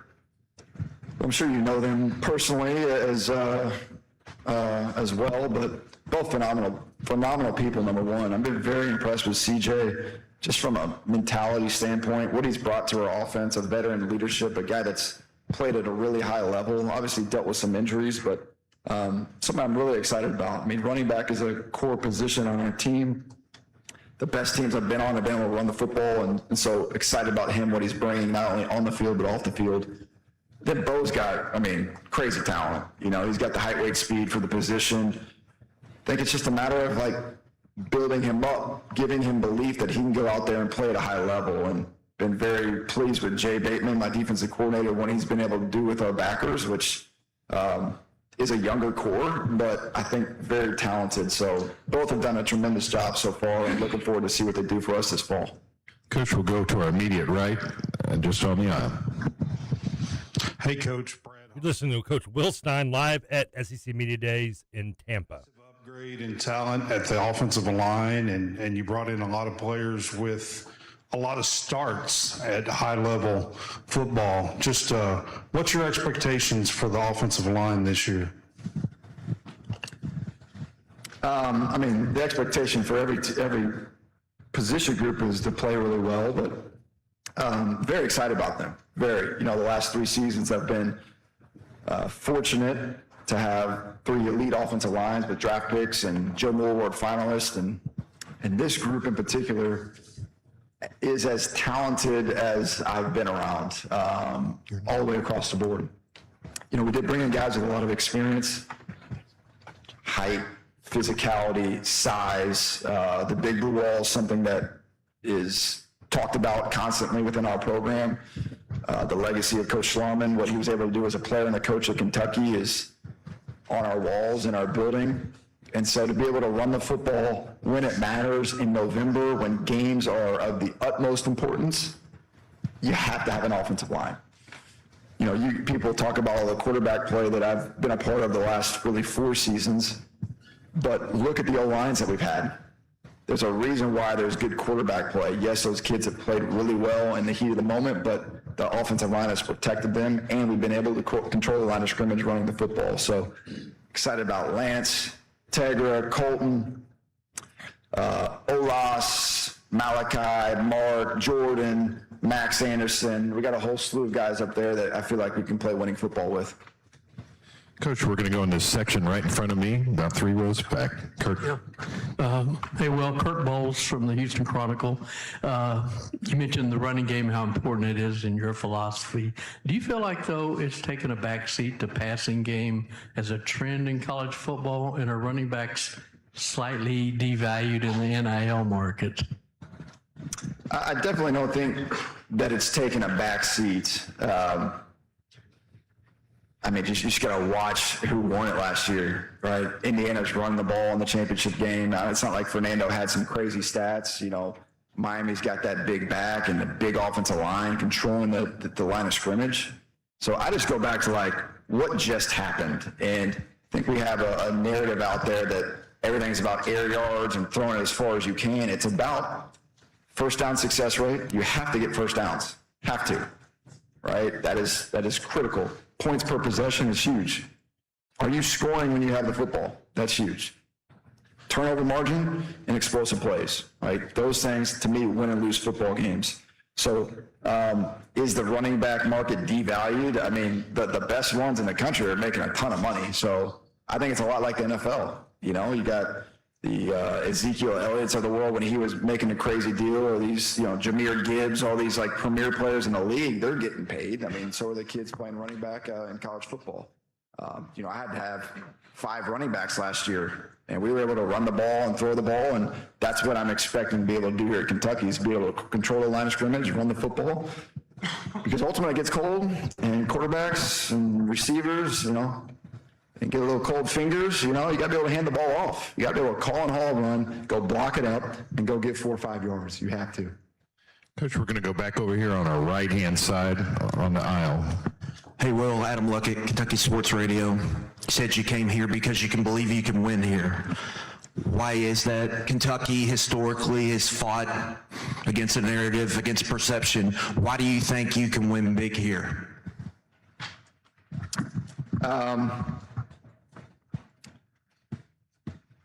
This is going to sound like really, I think because of me, to be honest. I think because of me. I think I know what it takes. I've seen it at the highest levels. I know what it takes to recruit at this level. And you just got to believe, man. You just got to put the ball down and play. There's not really else to be said. Is it going to happen overnight? I don't know. I really don't. If I had a crystal ball, everybody in this room would be really, really rich right now. I don't. And so the best determination of if what you're doing is working is putting the ball down and playing football. And so there's going to be bumps in the road. I mentioned it in the speech. Like, I'm prepared for tough moments and tough times. I've succumbed that in our process, right? I already do self-talk myself about, all right, how can I stay neutral? When stuff's bad, I can stay as neutral as possible and be very diplomatic in my approach. So that's why. I mean, growing up a fan is great, it is one thing, but I know the players that we can get here. I know that we can recruit north, south, and east. People come to Lexington and love it. I mean, the longer I live there, the longer I'm like, wow, this place is incredible. It's got everything that you want. Great food, great nightlife, great community, great university. It's safe. You got Big Blue Nation. It takes some TLC, and you got to go attack. You can't sit back and wait. That's one thing I refuse to do at Kentucky is the wait. And so I'm really excited about our administration, the direction that it's going. Again, I said I was so fired up that Mitch brought me here. I'm also excited about what the future holds. And so that's why I'm excited. That's why I believe. Or else I wouldn't have taken the job. I would have stayed out of Oregon and coached Dante and stayed out there. Coach, we'll go in this center section over on the aisle. Hey, Will, Nick Douglas with Elite Media Network. You talked about attacking early. You assembled a top 10 transfer portal class in your first month on the job. What kind of momentum does that do for you and your program, given the state of the program the last few years? I mean, it definitely gives us momentum, obviously, for this current year. I was just really proud of our staff because, shoot, half that time during the portal, I was still in Eugene, coaching the Ducks, FaceTiming, Zooming, trying to get everything built, and we did it with a minimal staff at that time.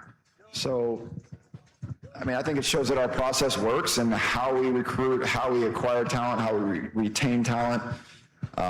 And it's the lifeblood of our program. We won't be anything without good players. I promise you that. The best teams I've ever been on had really good players. And so that's what we have to do at Kentucky is bring the best of the best in here and go big game fishing and not sit back and wait for somebody just to decide they want to go to Kentucky. Get them on campus 4 or 5 times, win over the parents, win the recruiting battle like we always had to do, and then go close it when we need to.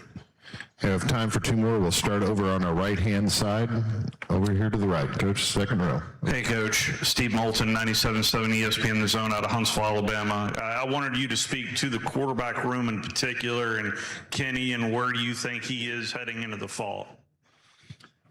I'm very excited about Kenny. Mentioned it, that it feels like he's been in our system for a while. When we first started doing our walkthroughs and installing the offense, he just had great command, great poise. And that's something as a coach, you can't have a on-edge quarterback. Got to be very even keel. So very impressed with his football IQ, his intelligence, leadership, his poise, and ultimately the tangibles of playing the position. He's very accurate, very accurate. I don't believe that we should be okay with less than 70% as a passer. I don't. Will it happen? I'm sure it will. I'm sure somebody will call me out if it doesn't happen this year for us, but that is the standard. That's the best in the country who can throw for over 70%. And when I look at him, and when I looked at him in the portal and through recruiting, I saw a guy that can be that. And so it's about getting our playmakers of football, like I mentioned, creating first downs, staying on the field, having elite points per possession, and then just let them go cut it loose. Right? Just like there's going to be some ups and downs with me, first-time head coach, there'll be some ups and downs with Kenny. That's part of the learning. That's part of the growth. And we'll go to the doctor after every game and figure out what went wrong, what did we do well, and try to do what he does best on the football field. Coach, we'll take one final one in the section in front of me, about 3/4 of the way back. Hey, Coach. Chris Marlowe, LouisianaSports.net. You hired Joe Sloan this offseason. What strengths have you seen out of him so far on the staff, and what are your expectations for his offense in year one? Well, Joe is one of the best quarterback coaches I've ever been around. Joe and I would battle in recruiting for kids, not only at Oregon, but we were both in Conference USA together. He was at La Tech. I was at UTSA. I think he's a phenomenal teacher, especially at the quarterback position. I'm talking about mechanics, quarterback reads, protections, the whole nine. I think he's one of the best in the country. He's an elite communicator, especially for a coordinator. Communication's huge. Presence, confidence that he has. I've been very impressed with. And then, the man can recruit. He can really recruit. He can move the needle. Seems to know everybody. He's already probably the mayor of Chevy Chase in Lexington. But I love him to death. I am very fired up that he's on our squad. We would talk ball the last probably 3 or 4 years in the offseason, and we just shared a lot of similar philosophical thoughts on offensive football. So he's excited to be at Kentucky, to help lead this offense, and I'm really excited about Joe. Coach Stein, thank you for your time this afternoon. Thank you all. Go Cats. That was Coach Will Stein at SEC Media Days. Can I not unmute Ty? I wanted to unmute. Okay, Ty, I'm trying to unmute you, but it won't let me. It's saying, more options, remove, don't want to. Now you're unmuted, I think. Try to talk for me, Ty. All right, there you go. A shot to really show what he can do. Now talk for me, Ty. There you go. Yep. Got you unmuted there. Look at me. I can't do that. All right. Look at you go. All right. That was Coach. So listening, this is Coach Ty. I'm not Coach Trevor. And that was Coach Stein at the podium now at SEC Media Days. Ty, I want to get into a little bit. Let's want to take our top of the hour break here. Come back. All right. I don't know if they're going to be talking to any of the players or not. We don't have to give you the players because, that's okay. But I just really wanted to talk about it because I did enjoy listening to that. I know there's a lot we want to break down. Yeah. We got at least one KRC in there. It's like KSR slipped into the KRC in there. Our man Lucky. But we'll come back on the other side, talk about what we heard. Just listen to with Coach Will Stein down at SEC Media Days here on Kentucky Roll Call on the Big X. There's only one blow and one rider. I'm a damn shame, order more champagne, pull a damn hamstring, trying to put it on ya. Let your lips spin back around, come. Slow it down, baby, take a look. Blow my whistle, baby, let me know. Girl, I'm gonna show you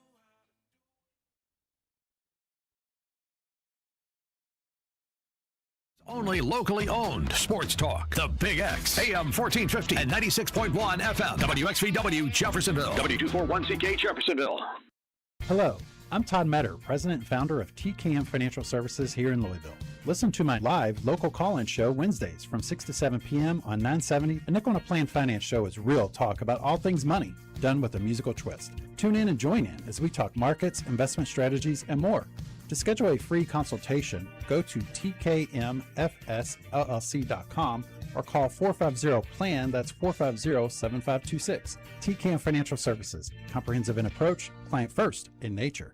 John Spears for M&M Cartage. You see those trucks riding down the road with the M&M Cartage sign. You could be a driver or work as a mechanic on one of those trucks. For 45 years, M&M Cartage has been a locally family-owned transportation company, and they're currently hiring those drivers and mechanics. To join their team, go online to mmcartage.com to apply. Headquartered in Louisville with locations in Cincinnati, Indianapolis, Morristown, Tennessee, and Detroit. That's mmcartage.com to apply.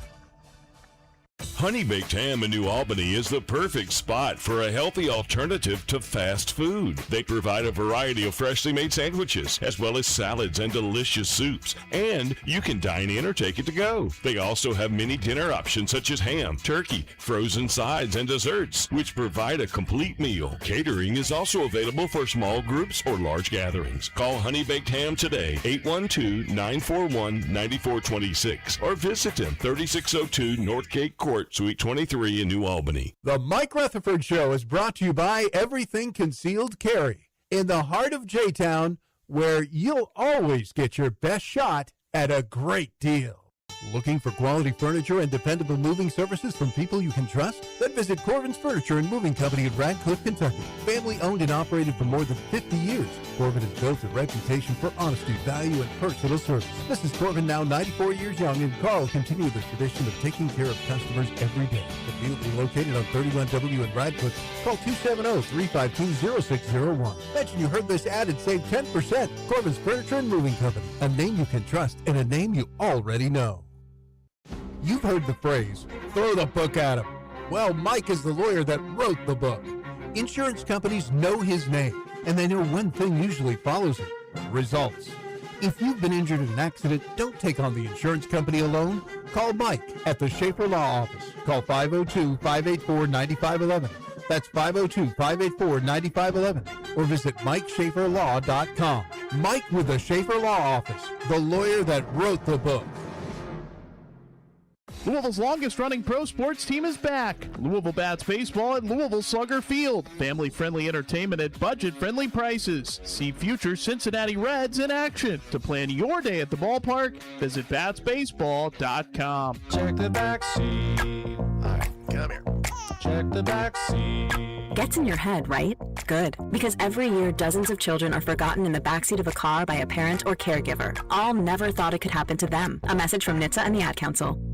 There is not a better feeling to have a smile on your face after getting your car serviced. That's how it works at Consolidated Tire and Auto Care. Serving Kentuckiana for over 3 decades, fixing brakes, putting tires on, and servicing your car. And now, from a new and improved location at 3305 Preston Highway. Want to get your car running right and keep it that way? Get to Consolidated Tire and Auto Care, 3305 Preston Highway. Got a question? You can call them at 456-2220. Consolidated Tire and Auto Care, total car care, and the best brake job in town. Air quality alert is out for the Louisville area and southern Indiana due to some of the wildfire smoke that is in the region, leading to that hazy sky. So if you're a little more sensitive to those setups, just FYI, they'll be out until midnight. Otherwise, hot and humid, high 91, heat index in the 90s. Slight chance for a small downpour that pop this afternoon. Otherwise, muggy tonight with storms likely on Tuesday. Multiple rounds, some severe. On the Waves from Truckee team, I'm Brian Good. This is Dugan Ryan. I would love the opportunity to talk with you about how we can help grow your business and have your business's brand associated with Big X Sports Radio. Give me a call today at 812-725-1457.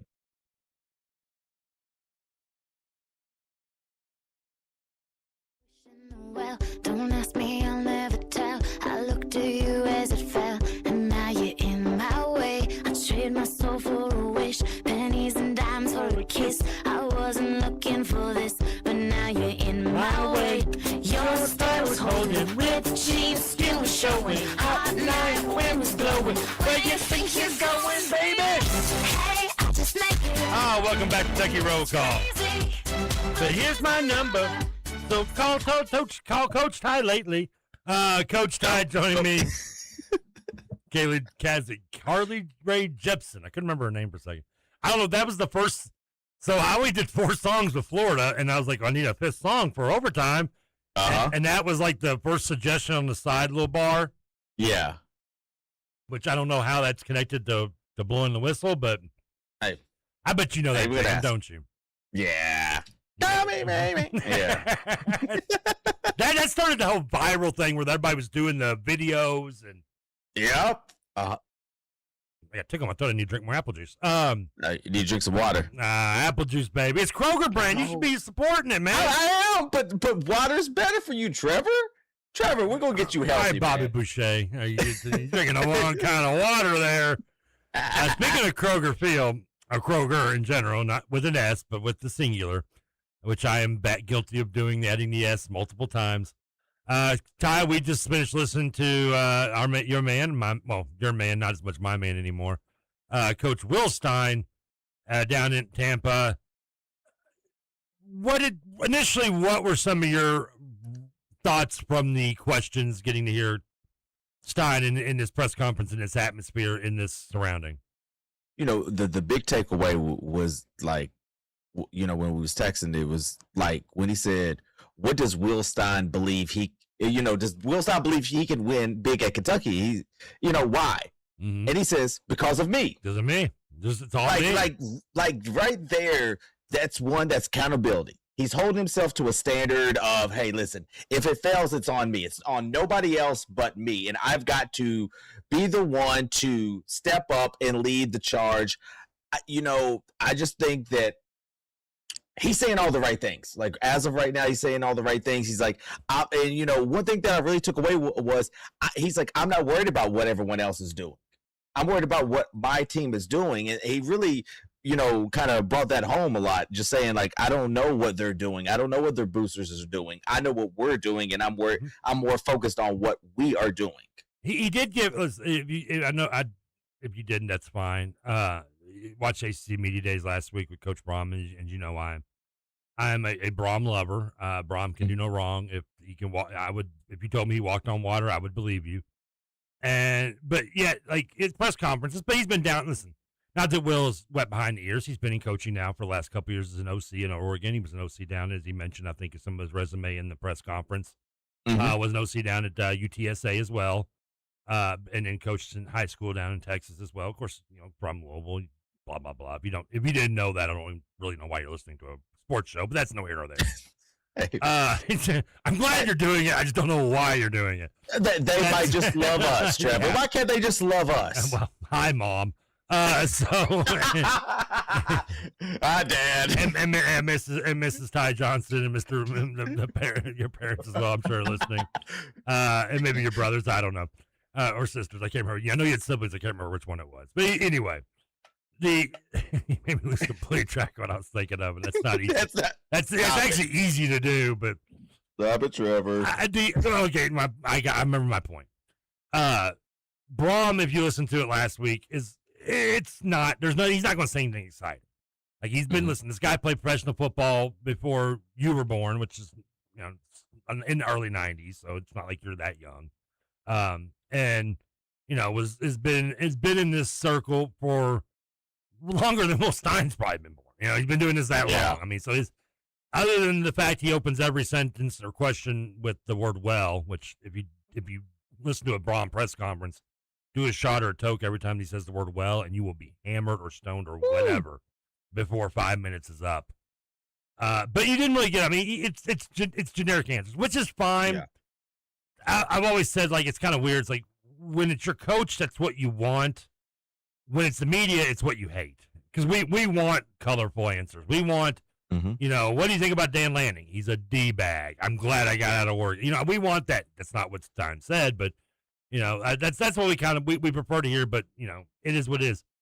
I liked that Will was a little more, I don't want to use the word pompous, but, like, just had more flair to the press conference. Didn't say anything outlandish. Now, for the most part, a lot of the questions, I thought, until our man Adam Luckett came to the mic, were really softballish questions. A lot of it was from mostly almost all Texas people, it felt like. I wasn't really familiar with some of the, even though I did, Chip Brown came on here, who's a guy I've interviewed before, many moons ago on radio stations. He's been covering Texas for like 30 years or so, it feels like. I think he was the one that brought up the Dan, what have you learned from Dan Lanning questions. And a lot of what Stein said was pretty vanilla. Now, I did like, aside from what Lucky asked him, and I'll get to that in a second, but one of the things I did like, he talked about, just kind of gave I don't know if it's a warning, but a preference, like, hey, listen, I know maybe you see where, I did maybe UTSA, which was more of an open offense in terms of airing it out. You talk about Oregon, you think maybe airing it out, but the team, it usually run more oriented offense than you maybe assume or associate it or stereotype it with.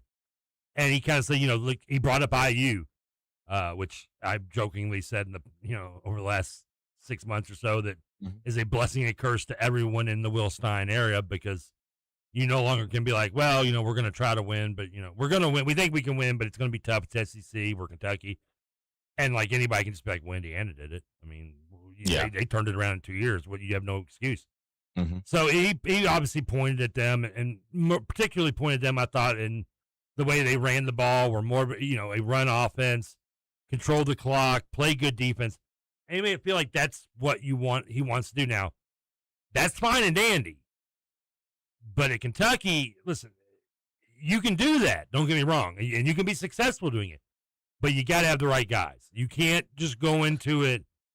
If you want to compete with the lesser talent at Kentucky, and I'm not saying that's what they have, because I don't know their roster from head to toe, but if you're you got to more lean towards not like full on Halmummy air raid per se, maybe, but you're going to have to air it out a little more than you're going to run the ball. And that's just, I don't know. I don't think that's like some kind of like brilliant like observation. Like, I think that's semi obvious, but I could be wrong in that. Now, you brought up something that was the best part of the press conference. And like I said, a lot of the Texas questions were, I wouldn't say softballs. It wasn't like, it wasn't like, Jesse Waters interviewing Trump or anything. So what's your favorite color, Donald? They really were like, how's the offensive line? Like, those are your basic questions. But I want to know a little bit more. Go into detail a little bit more. I'm not just picking on that question, but I'm just saying in general. Let's make him think a little bit. I get that, but you got to have those mixed in, which I'm okay with to a degree, because I do want to hear him talk about what he thinks about his offense. I mean, we don't expect him to say anything outlandish, but 100%. I mean, what if you go, hey, what do you think about your offensive line? He goes, oh, good Lord, we suck. Like, we're gonna get our quarterback murdered. That's what keeping it real goes wrong. Okay, that's what keeping it real goes wrong. What Shaniqua didn't know was he was the brother of an FBI agent. That was a great skit. Oh, and but Adam Luckett did kind of flip the script, because that's what KSR does. Apparently, they're like, hey, we've already pissed off and run one basketball coach out of town. Let's let what we do for the football. Whoa, hey, and so they're in Tampa. They can't do nothing to me. God! And Luckett came with the best. I loved it. I love Adam. I think he does a great job. Then I think, Peke's not even in the room. Apparently, we'll get on that one in a second. But but Adam Luckett this isn't verbatim a quote of his question, but it's per se basically said, why should we believe that you're going to win at Kentucky? We've seen Indiana. We've seen what Coach Kurt did in Indiana. We've seen you be successful at Oregon, but that's Oregon. Right. Why should we pretty much? And again, it's not a quote, but it's kind of basically what he meant by it was, why do we believe? Why should we believe that you're going to win here? And that's what brought up the Will Stein that you mentioned when we came back in, was that I love how he paused, like he had to think about it for a second. Like I kind of worried because we can't see him. I'm disappointed in that, because I got to watch the facial expressions, not to mention seeing the bling bling outfits that the Louisville players are wearing at ACC Media Day. So we didn't get that. We didn't get the experience of watching. I do love watching facial expressions. Maybe it's the 2 years of interpersonal communications class I took at JCC, but in his voice, like, you hear the pause, the silence, and I don't know if he's like dwelling on it or what, or if he's just maybe hesitant to bring out the cockiness that it was his answer that I loved, and I think you did too. That was that, hey, we're gonna win here. It's me. I'm the reason. I didn't say it like that. I'm the reason, but it'll be because of me. Like the fault, I guess failure and success is all in my hands. Now, obviously, the players will have a little bit something to do with that, as well as the coaching staff. But I do. Well, on one hand, I do enjoy it. I like the colorfulness. I love the just kind of cockiness. I also want to say, like, I have also, seen that in other multiple press conferences. Anytime a coach is introduced in an opening press conference, that's not what this was, but we've seen it. We've seen Mark Pope say, I understand what the mission is. I've seen, Tom Crean come at IU and say, listen, I understand this is the pinnacle. I know what needs to be done here. One of those isn't still at the school and the other one might not be there for long. So knowing it and doing it are two different things. But I did enjoy at least a little bit the brash, just kind of. You didn't give the generic answer of we'll play it day by day and we'll let you know. I think we're hard workers, just some generic crap. Like I did like how he was a little brash with it. Also, when someone brought up basically Mark Cuban to him and IU said, hey, listen, IU's got Mark Cuban. If you didn't know. Once he gets out of jail, they're going to have Jared from Subway back. They're going to have, they've got boosters. Like what is, and they pretty much said, why do you feel like you can still kind of compete with them as well? And, he's like, listen, we're going to play well. We've got resources. He's like, I love it. He's kind of like, I don't know the resources they have exactly, which I find maybe hard. I think there's I think he knows a little bit, but he's got to find. I mean, listen, if we got to get Ashley Judd on the phone or what? I don't know. I know she's only making like residual checks from Double Jeopardy still. It's been a while since she's been in a movie, but maybe I don't know if you get them on the line. I don't know. Steve Zahn still making movies. He's a UK guy. No, let's not make it out like Kentucky ain't got money. They got bags. And I'm sorry that Louisville had to resort to what they had to do to get a bag. I'm sorry about that. But to be all the way honest, do what you do to win, man. I don't know. I heard it was still rolled up in an alley somewhere. I don't know. Yeah. But we ain't Tennessee though. And now McDonald's bags of cash. That was, but no, I mean, like Kentucky's got, and another quote that he says, one thing I refuse to be is soft-minded. I've accepted, I've expected myself, there will be tough moments this season. There always is. Our response will be as a team will dictate our outcomes. Like he's always been the one to like embrace that, okay, we're going to make hard times. We're going to have this, but it's the adversity that we got to face as a team. And honestly, I love the brash answers. I do. I think he's had it since day one that he got here. Like, and that's like you said, it could be a gift and a curse, but I would rather have that than, like you said, somebody that just gives us generic answers of, we'll see tomorrow. Or maybe he's waiting until next year to start giving generic answers. I feel like the first year may, but you know what? Will's still young. And I've said it once. I'll say it again. I hate that I love the hire. I know he talked about, he conveniently left out his own playing career, but he did mention his father being an UK guy and growing up a fan. Again, didn't mention, he didn't play there. He conveniently leaves that out. I feel like that's kind of like when you talk to a German about 1939 in Poland. It's like, oh, we were invited. No. Tea and crumpet was served. They asked us to be there. Nothing happened. This guy here. Well, why is there nothing in the history for like an 8-year span? All Germany on vacation. Nobody around. Stores closed. That's a little Family Guy bit, by the way, for you. For those don't know. I do love that, and that will continue. But all in all, I did it. I had no problem with it. I thought it was a interesting interesting opening PC for the SC Media Days. Again, it could have been a lot more vanilla. I'd like to see what he was wearing, but that's okay. At least we got the audio, thanks to Coach Ty finding it.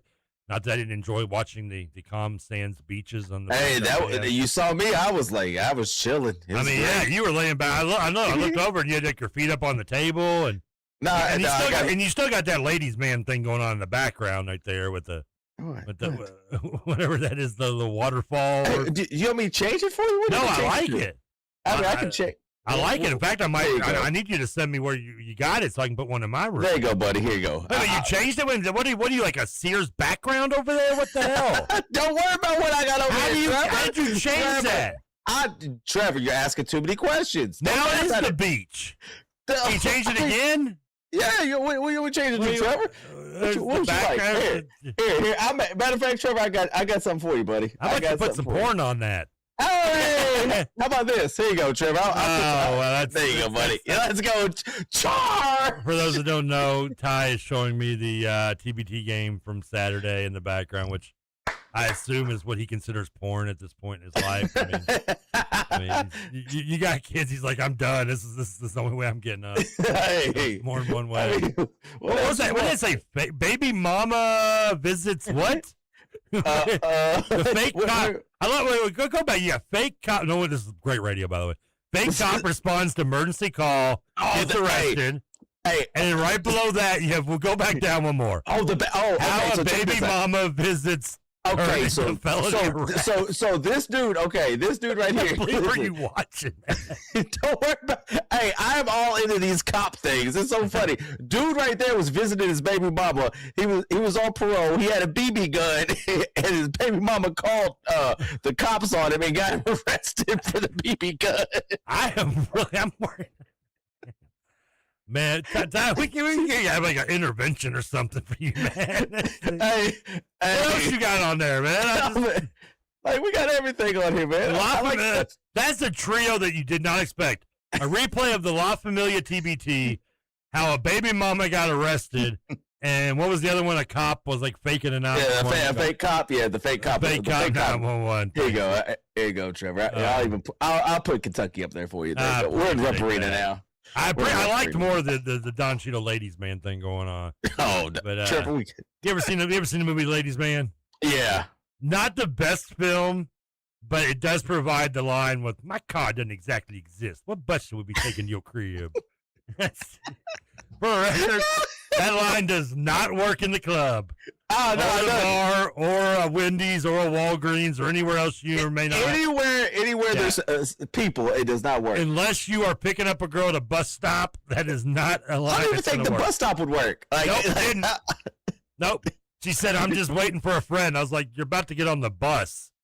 Like, no, I'm not. All right. I'm just here for moral support. I mean, seriously. That's all it was. I'm here for moral support. Anything else? A little bit, real quick. We got. Well, actually, real quick. 414-1450. The text line. Ohio guy wants. Oh, here we go.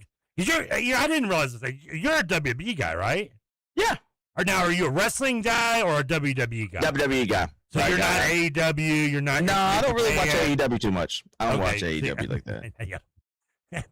Again, I wish this is great radio, but those that know, he's got like a fake, like one of those roaring fires in the background now. like he's like you see on the TV during Christmas time. Exactly. That's the out there. So I bring that up, which two texts coming in here, and I love this. It says, Trevor, did you see Carpany Towns throw down a few choke slams at Saturday Night Main Event? I did see this, Ty. Did you see that? Yes, I did, and I thought it was great. I love it. I did make a joke on Twitter about, I was like, just like I saw it. Yeah, he just kind of, because understand, if you know anything about wrestling, and the choke slam is like 90% job of the guy taking the choke slam. He's the one doing pretty much the straight up jump and going down like that. So, but yeah, I give Cat credit for, at least showing up. Texers, this is Ohio guy, by the way, wanted us to know that. He says, Trevor, are you aware of Jared Fogle went to prison for? Yes, I'm fully aware of what Jared Fogle went to prison for.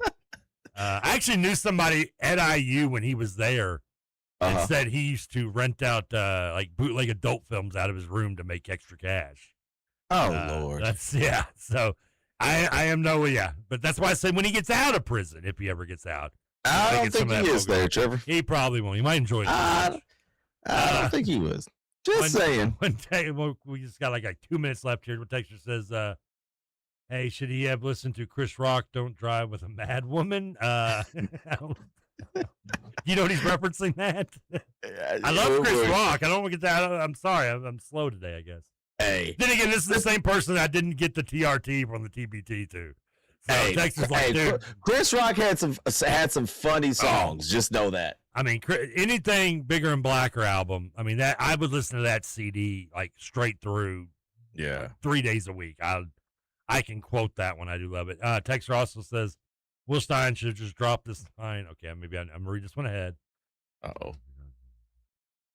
Okay, yeah, that's okay. That's hard work pays off. Dreams come true. Bad times don't last, but bad guys do. So yeah, that's what do I know that song? That's a song lyric.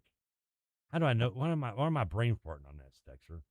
On that. I don't know what that one was. No, it's a song. It's a lyric to a song. Or no, it's Razor Ramon. It's off the Razor Ramon. Yeah, okay. I knew I've heard it somewhere. I'm brain farting because it's still early for me. That's part of Razor Ramon vignette.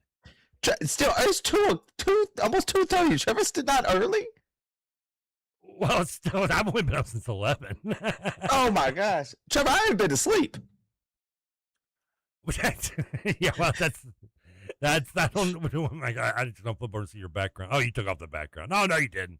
I still got the background. No, you got some Pink Floyd like. Yeah, man. Trevor, I got whatever you need over here, buddy. Still waiting for that porn. Ohio, Wisconsin guy, excuse me, says, were Jared and Scoot's best friends at IU? No, they were not. Not that I know of.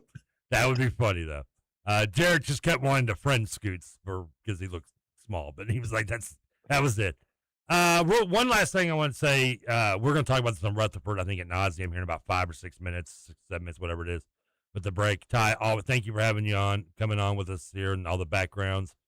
But the news, I guess Rutherford verified the news about 20 minutes ago that the Louisville games in the Bahamas on the 28th will not be on TV, will not be on radio, will not be streaming. Ty, I swore this was 2026, but apparently it's not. How we have anything and not have it online in some way or another. I mean, I can watch any celebrity, get done in the dumper but I can't watch Louisville play in the Bahamas. It baffles me. It really does. So I can see if you can get that on your background, I would love you, but I don't think you're going to be able to because apparently no one's showing it, and that's just a shame. So we'll get in. We'll break that down a little more. Ty, any last thoughts before we get out of here? Man, it's been fun. Must hear, must see radio right here. Yeah, unless you're a cop. So yeah, that's true. I didn't do it. I'll stream it though on the thing. I will have hopefully I don't maybe a special guest tomorrow. I don't want to jinx it. He has not given me the official yes though. He's giving me maybes, but like I told the ladies, I can handle maybe. It's the no that gets me.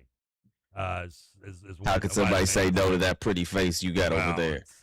It's face for radio. You're right. Yeah, I look like Hodor lost 10 pounds. So we'll be back to hopefully tomorrow. I think Pete will join us.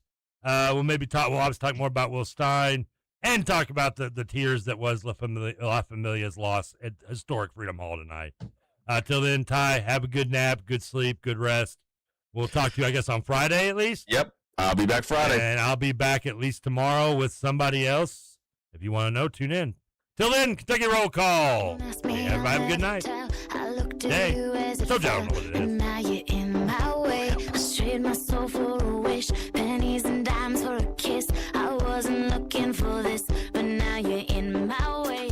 Your stare was holding.